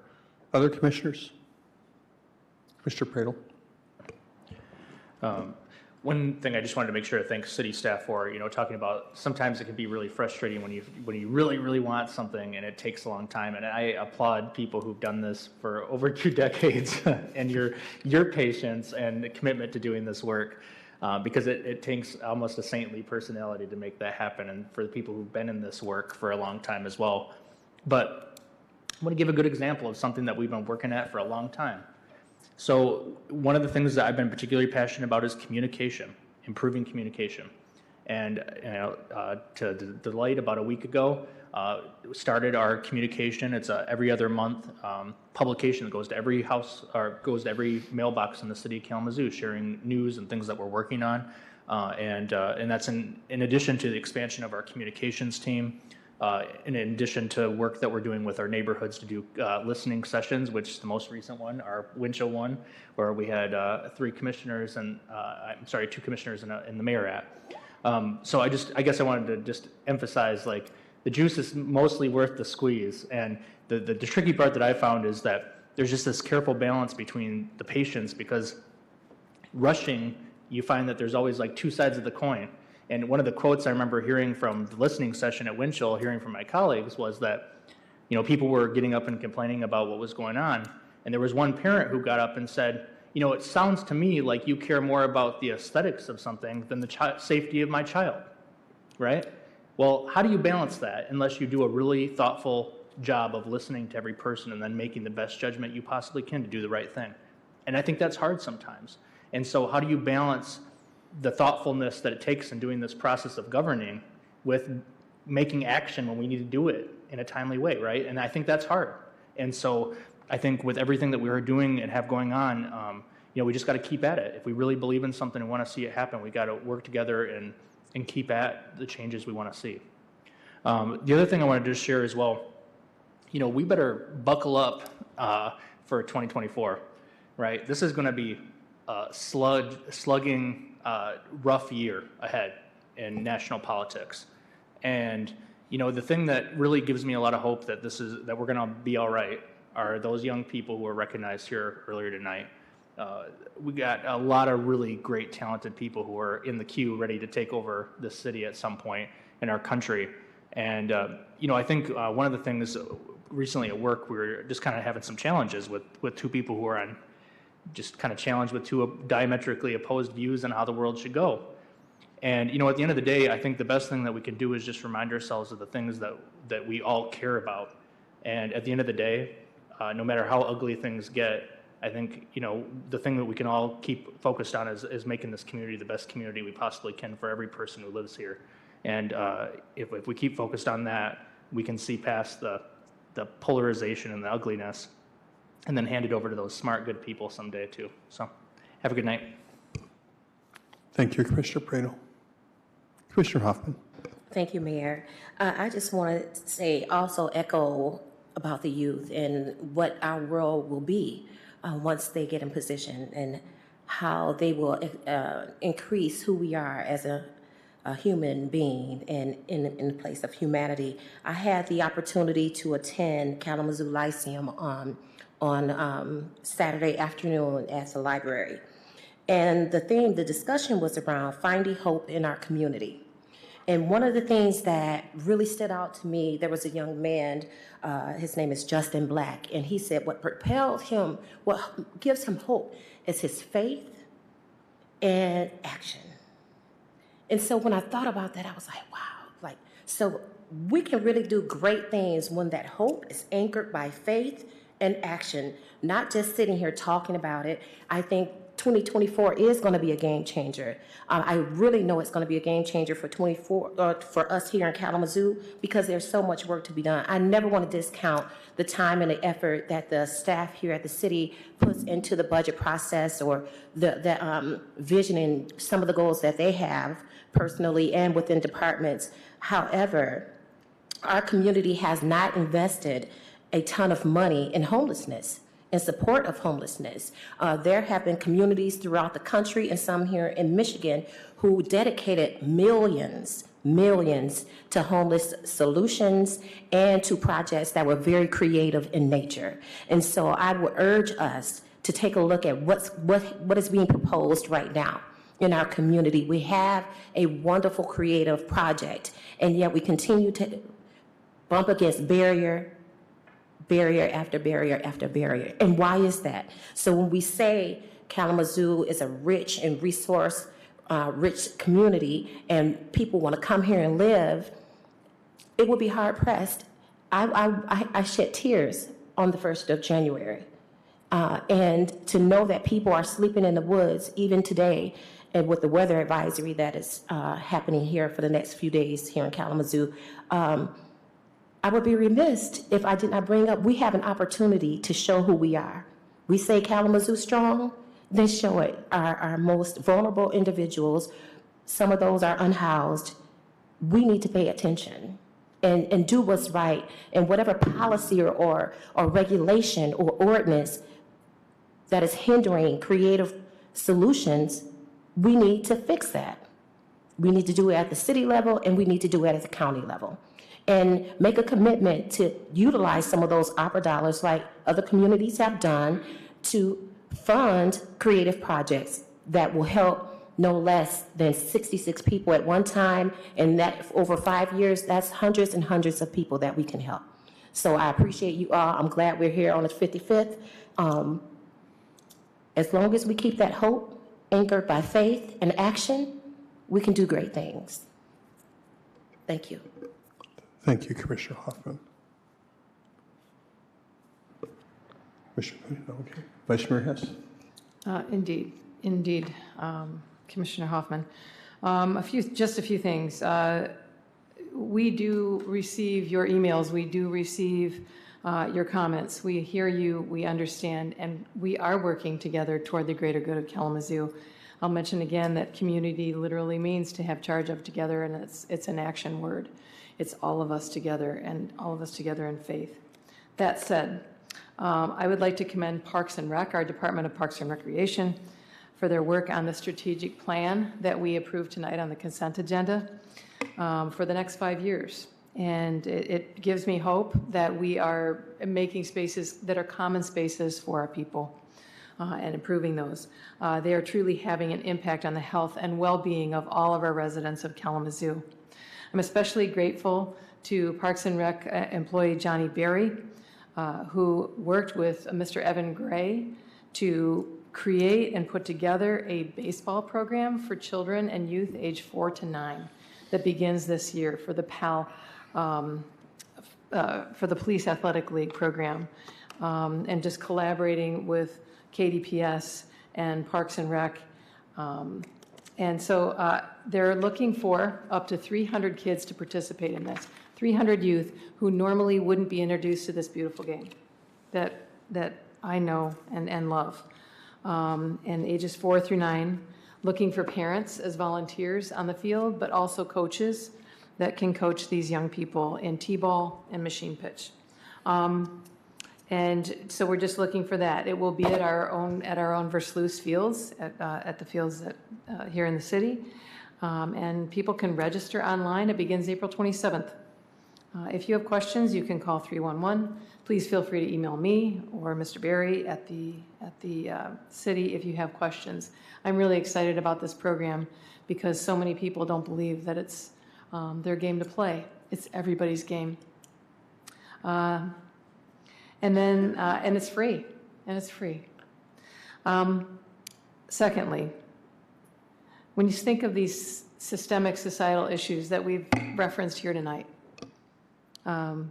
houselessness, drug abuse, youth trauma, and gun violence, it's hard as an individual to feel effective. These all take all of us to engage. Again, community, having charge of together. And so regardless of who we are or where we are in life, we have to work together toward these solutions. I want to invite everyone here, everyone listening, to a community discussion around gun violence this Wednesday at 6:30 p.m. at St. Thomas More Church at 421 Monroe Street, together with our pastors on patrol, the Chief of Police of Kalamazoo, the Chief of Police of Western Michigan University, and actually the Bishop of the Diocese of Kalamazoo, the Catholic Diocese of Kalamazoo, will be there offering the opening prayer. I am taking hope in my faith, Commissioner Hoffman, yes, because my faith community is taking action. It's going to take all of us. Am I involved in gun violence? No.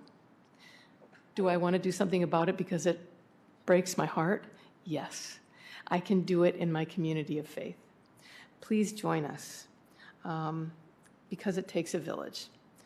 Please join us. And our community solutions are often rooted and fueled by our faith in community, our faith in hope, and our faith in the love of our neighbor.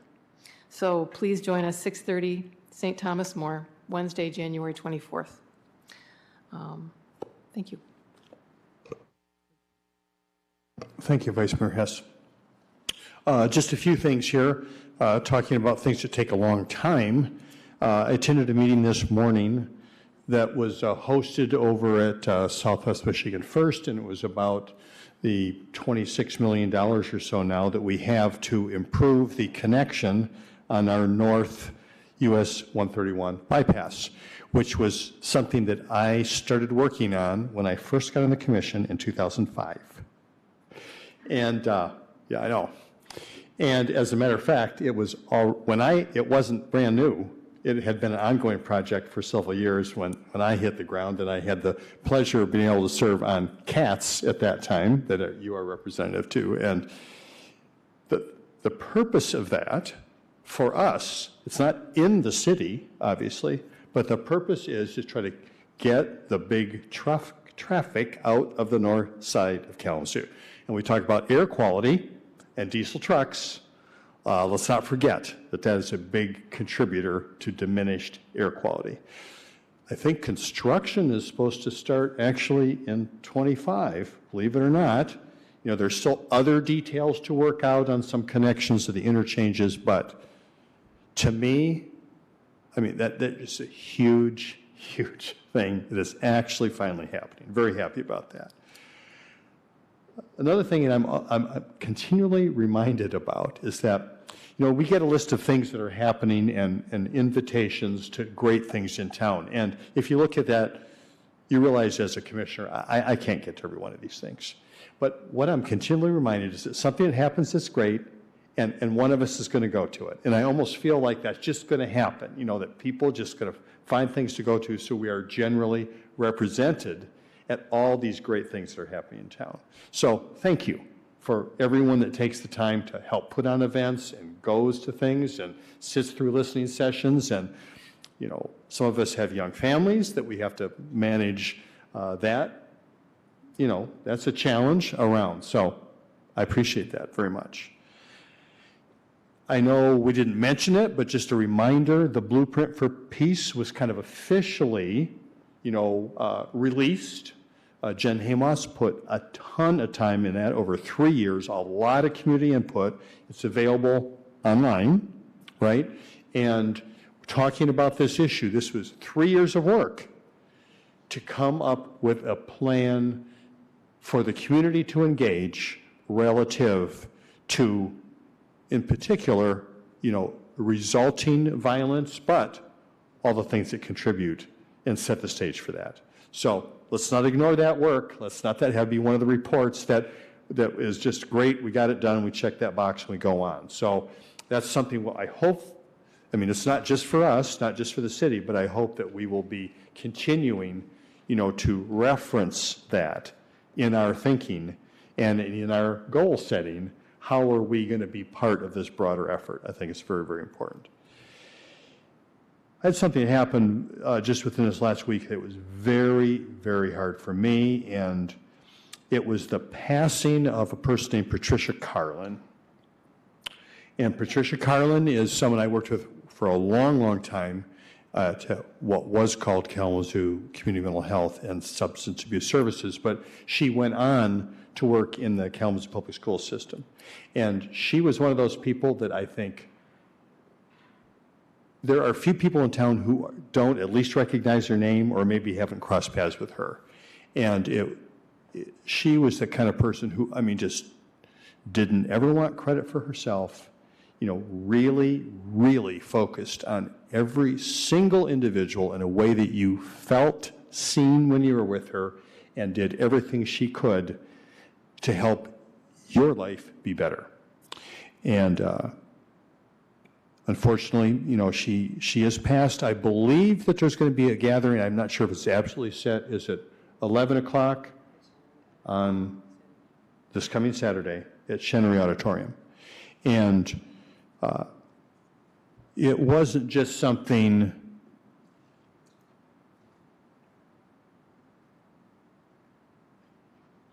it's personal for me because it wasn't just something I witnessed with other people. She had a profound effect on my life and changed the trajectory of it. And when you think about your own lives, there are just a handful of people that if you are lucky enough, you cross paths with, that provide some sort of a positive input that maybe in a way that even surprises you, changes the kind of person you are and what you end up doing. And so I was blessed to have that experience with her. I will forever be grateful. I love you, Kalamazoo. We're not going to adjourn, so I'm just saying that, because we have one more act, and it is a motion to go into closed session. Do I have a motion? So moved. Motion made by Commissioner Hess. Supported by Commissioner Cooney. Any discussion? Clerk Borling, please call the roll. Commissioner Hoffman? Yes. Commissioner Pradel? Yes. Commissioner Wilson? Yes. Vice Mayor Hess? Yes. Mayor Anderson? Yes. Commissioner Cooney? Yes. Commissioner Decker? Yes. Thank you. The motion passes, and we are adjourned.